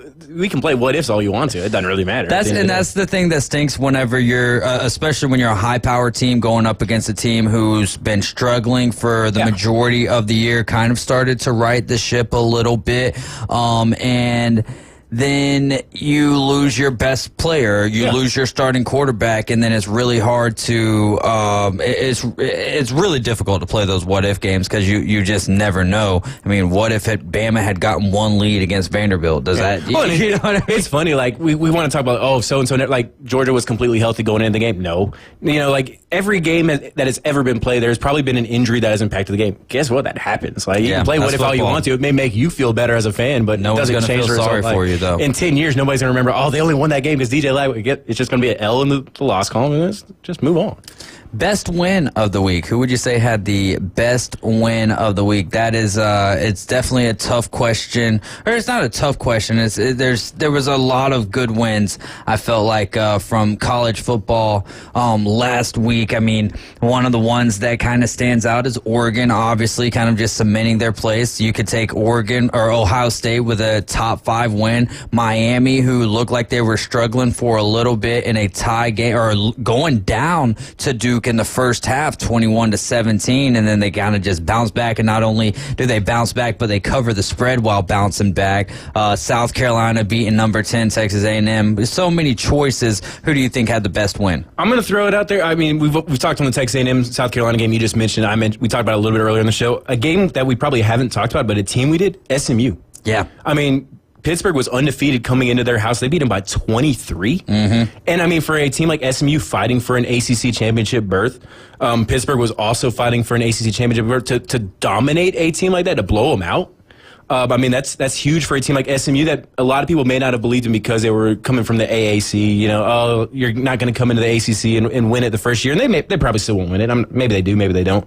But from a team like a program like SMU trying to establish themselves as a legitimate Power 4 team, that was a big win. I mean, and I'm not saying Pittsburgh is an elite team and that gives them elite status automatically, but it was a big statement win for a program. Pittsburgh was undefeated. Yeah, for sure. Yeah. I'm not knocking Pittsburgh. It's just it's a big win for a program like SMU trying to establish themselves in the ACC.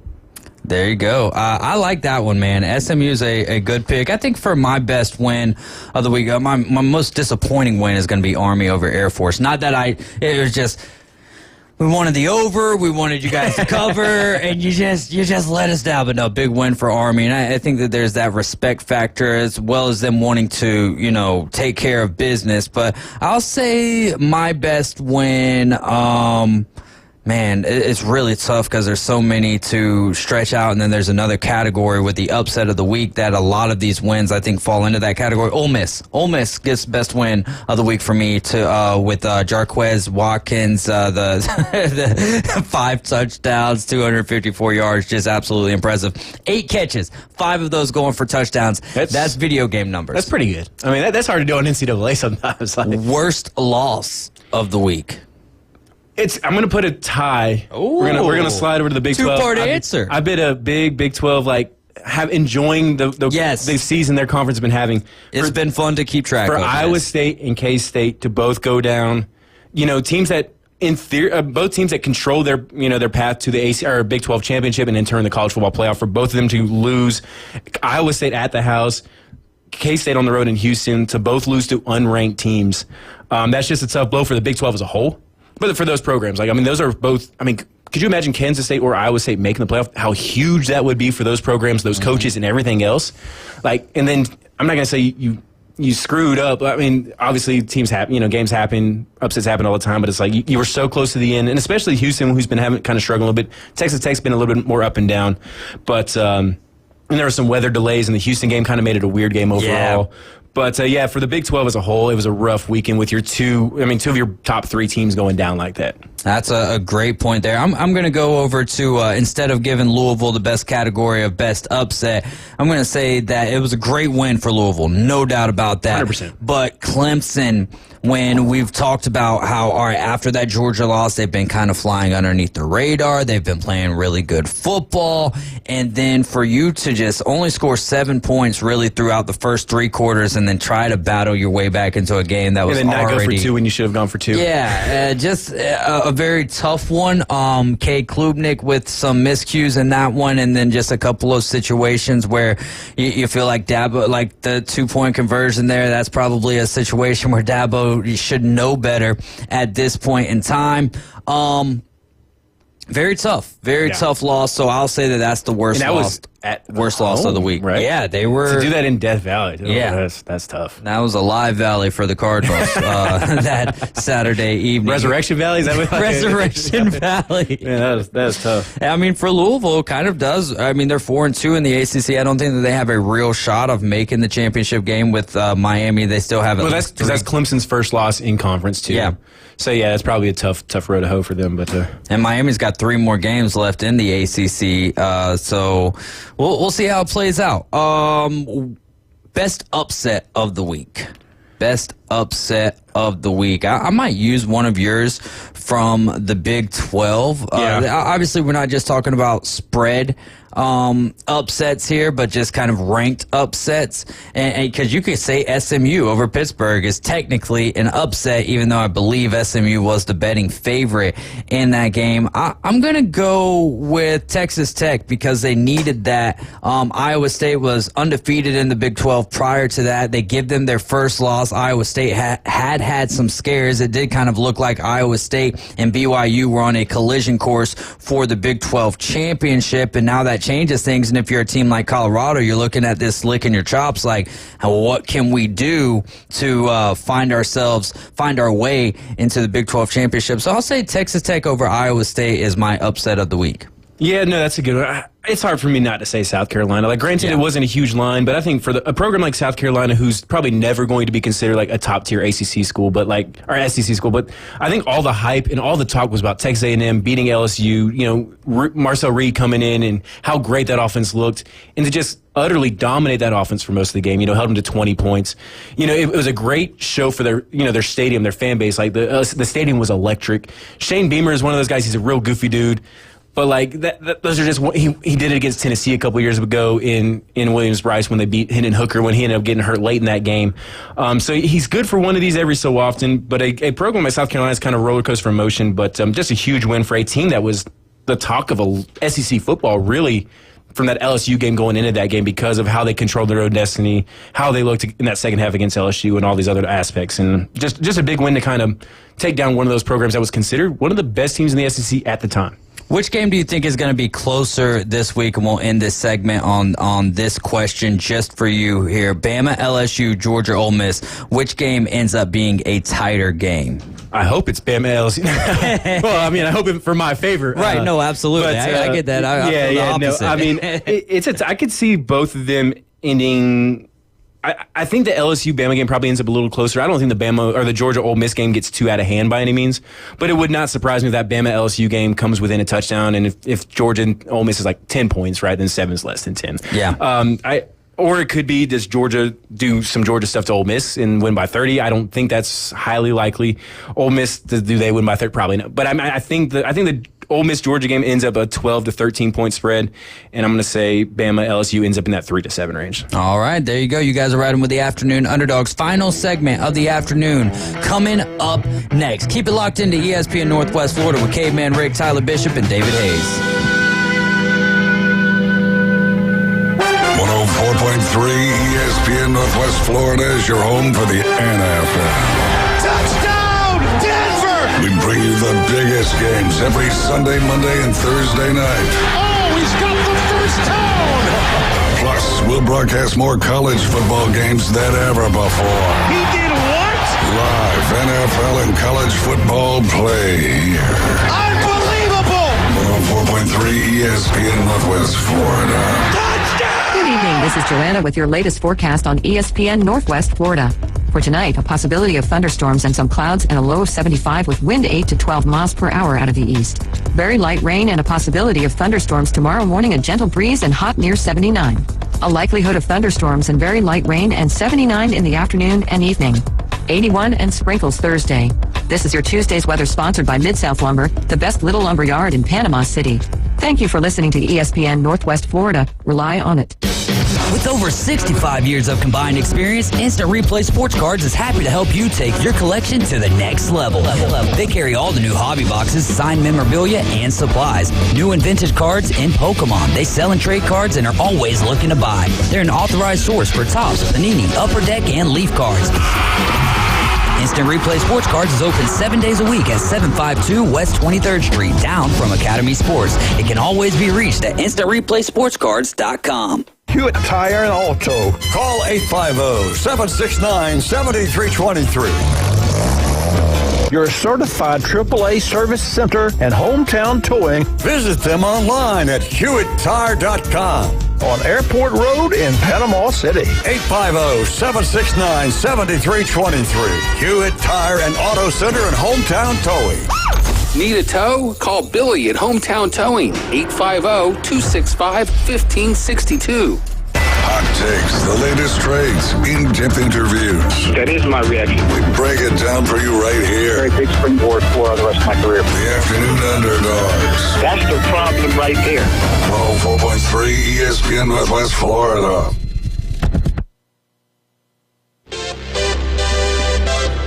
We are back. You're listening to ESPN Northwest Florida, and we're taking the inside drive. Weekdays, 11 to 1 with Ryan Mulvey, and hopefully back tomorrow, Jay Henley. Tomorrow night, Auburn Tiger basketball will be right here on ESPN Northwest Florida. Coverage starting at 6:30 for a 7 p.m. tip. And then Thursday night, we've got the Bengals and the Ravens. Coverage starts there at 6:30 for a 7:15 kick. Right here on ESPN Northwest Florida. It's David Hayes along with Tyler Bishop and Caveman Rick. We're taking your calls at 850-215-6290. Taking your text and texting your top 12. Who do you think the top 12 are going to be? I've got you a little list there on the back of that page that is in numerical order. And Caveman Rick, feel free to dive in here. Number 1 team, who do you think the committee goes with? I'm going to take the Ducks of Oregon. Yeah, I think Oregon's a pretty safe bet. They haven't lost a game yet, which the committee has always typically favored no losses over 1 losses. I mean, if we're being, assuming you're in a comparative conference, 1-0 loss has been better. They have a big win against Ohio State at the house, arguably the best win in all of college football.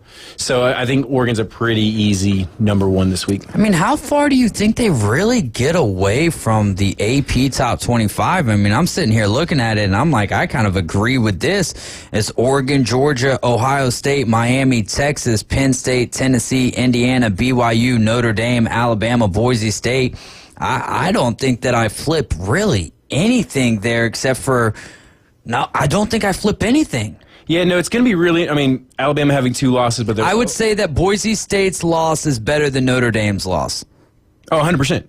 150. I mean, Oregon is better than Northern Illinois. I think everybody listening is comfortable. I mean, but also is Notre Dame's best win better than Boise State's win? Is Texas A&M a better win than whatever Boise State's best win is? So I'm interested to see, looking down the AP poll, I don't know if you see a ton of movement. Like I said at the onset of the show, do they hold Indiana's strength of schedule a little bit harder against them than the AP did? And, Max can get mad at me if he wants to, but if we're being honest, their strength of schedule ranking is relatively low. I'm not saying nobody else around them is, but they also, and to his point, they also don't have the brand recognition. Do they keep them at 9? I think 9 is probably where they end up being. So BYU jumps them? I don't know. Okay. I mean, looking at it, I don't know how I could. Looking at it, I don't know how I would change it around if I dropped Indiana 1. If I'm being honest, Boise State, do they stay at 12? Do they fall back closer to that 13, 14, 15 range? Kind of to Rick's point, is SMU at 8-1? I mean, I wouldn't be surprised if they're above Boise State. Kind of looking at the AP, if they go from 13 to 12 or even 11 over Alabama, I don't think they jump Alabama. But I don't think it's 100% out of the realm of possibilities. I mean, Alabama is the only 2-loss team that's even really close there. Your next best one is LSU at 14. So you're talking to that same, in A&M and Ole Miss through 16. So you're talking kind of that similar cluster. Iowa State falling all the way to 17 is, tough for them, but Clemson dropping down to 19. But looking at it, I don't know how much variation we'll see. I think the thing that helps Alabama so tremendously in this situation is that wasn't just a one-off thing with Vanderbilt. Vanderbilt sitting at 6-3 is a beautiful thing if you're an Alabama fan, because especially with the huge win over Auburn, I think that we can all, Alabama fans, rejoice in that. If you're an Auburn fan, it stings, and as Alabama fans, we can feel your sting. We can feel your pain there.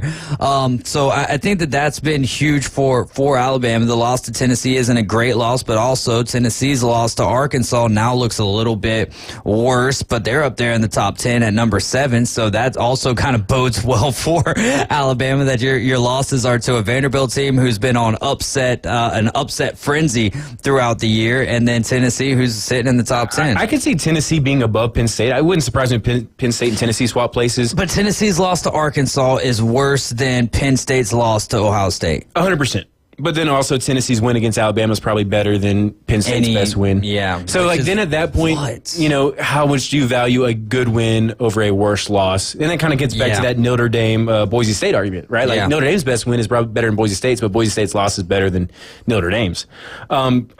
If Miami had a better win, I think they could have been an easy number 2. Number 2, yeah. But the problem is, they just haven't beaten a marquee. I mean, Cal. And it's not even just about the programs, though. I think, from my opinion, now doing what they did to Duke was huge, but that might be their best win, putting a exclamation point on a win throughout the season. For sure. But again, I think they're sitting in a very comfortable seat. They'll be top 4 for sure.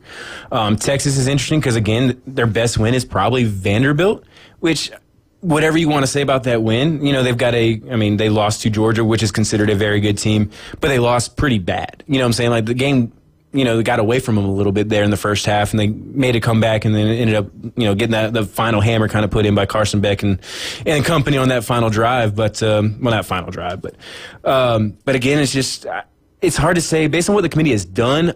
I think the AP poll is a pretty solid choice. Like I said, Tennessee and Penn State maybe flip, and then maybe Boise State does drop down 1 or 2, but I don't think you're going to see a huge discrepancy. And, until we start getting a little bit more chaos, but if you're looking at it, like, Georgia and Tennessee play in a couple weeks, but, a lot of these teams don't play. Yeah. And so we're going to be looking for upsets coming from other teams to cause a little bit of chaos. Because, Oregon has already played Ohio State, but they don't play anybody else on this list. Georgia plays Tennessee, and then Ole Miss, but Ole Miss is down there at 16. It's a little bit outside of the kind of that scope at the moment. Texas doesn't play anybody on that list besides A&M. That's the last week of the season. Tennessee doesn't play anybody but Georgia the rest of the way. It's going to be a really weird end of the season because a lot of these teams don't play. Like a lot of seasons we've had, like Washington, Oregon, they're going to play, or Ohio State, Michigan, they're going to play, or whoever. So it's going to be really, we're going to have to see some crazy upsets or make it a little bit boring to an extent. It may get to the point where it's just like, oh, well, we got to hope for an upset, or it's just going to be kind of status quo every week. Well, and I think South Carolina is a point in, or some proof in the pudding that there's still going to be chaos that ensues here. I think Oregon has a really safe chance here.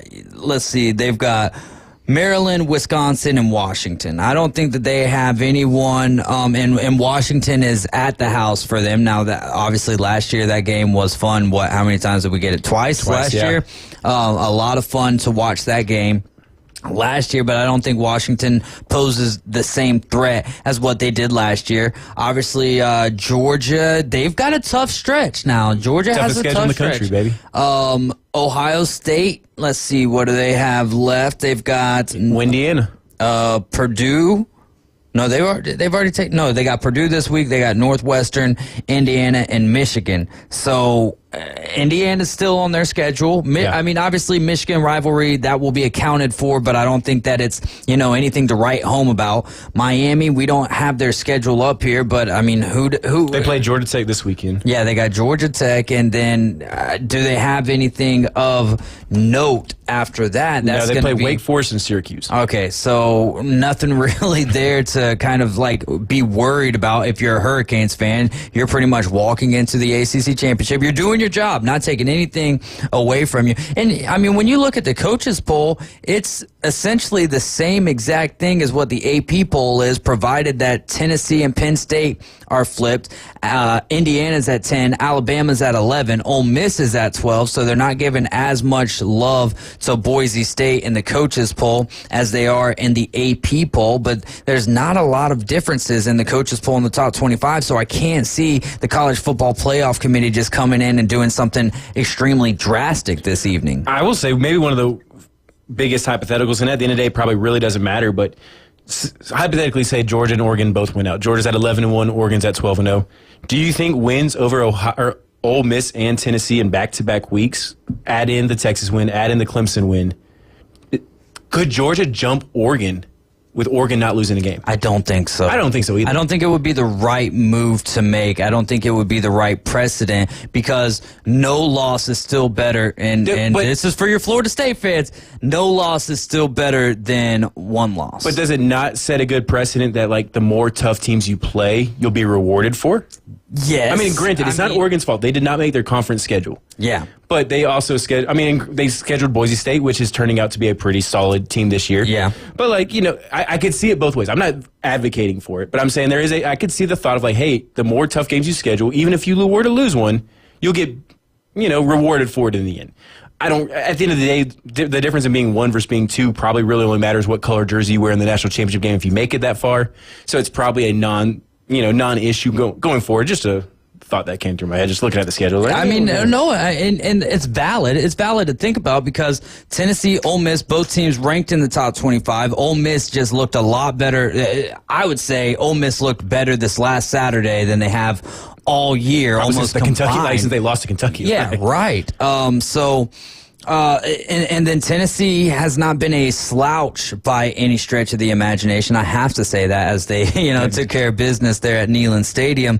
I don't think that the college football playoff committee is going to veer too far off from what we've seen out of the AP and what we've seen out of the coaches poll.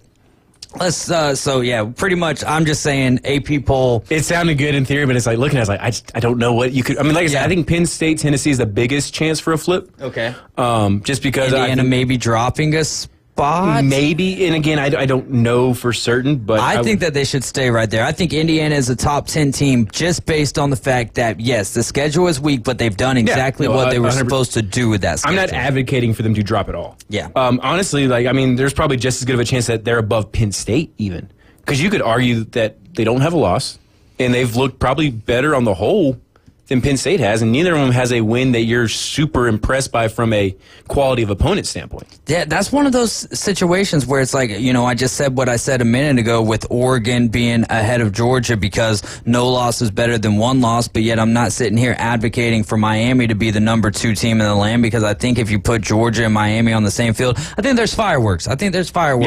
In that game. Very true. I just think that one team's a little bit more battle-tested. Now, Miami has found themselves in battles that all of us as onlookers are like, what's going on here? You guys seem a lot better than, struggling with Virginia Tech or struggling with, did they struggle with Louisville, or did they take care of business against Louisville? Yeah, I think there was even Cal. I think Cal's the one that kind of makes you feel. It was like Virginia Tech and Cal in back-to-back weeks. That was kind of weird. And then because Cal was the whole situation with the targeting and whatnot. So, but and we'll see, man. It's been a long time coming for Miami. So excited to see what they can do. All I know is I'm ready for this 12-team college football playoff, and we are just moments away from seeing how this initial 12-team college football playoff rankings is going to go down. You guys have been riding with the Afternoon Underdogs. Tyler, anything to leave the people with?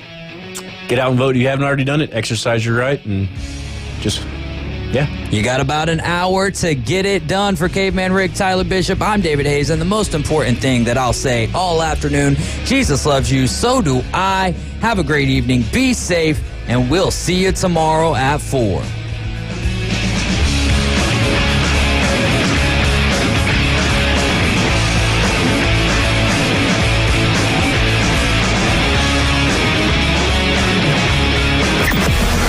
And the Panhandle never stops.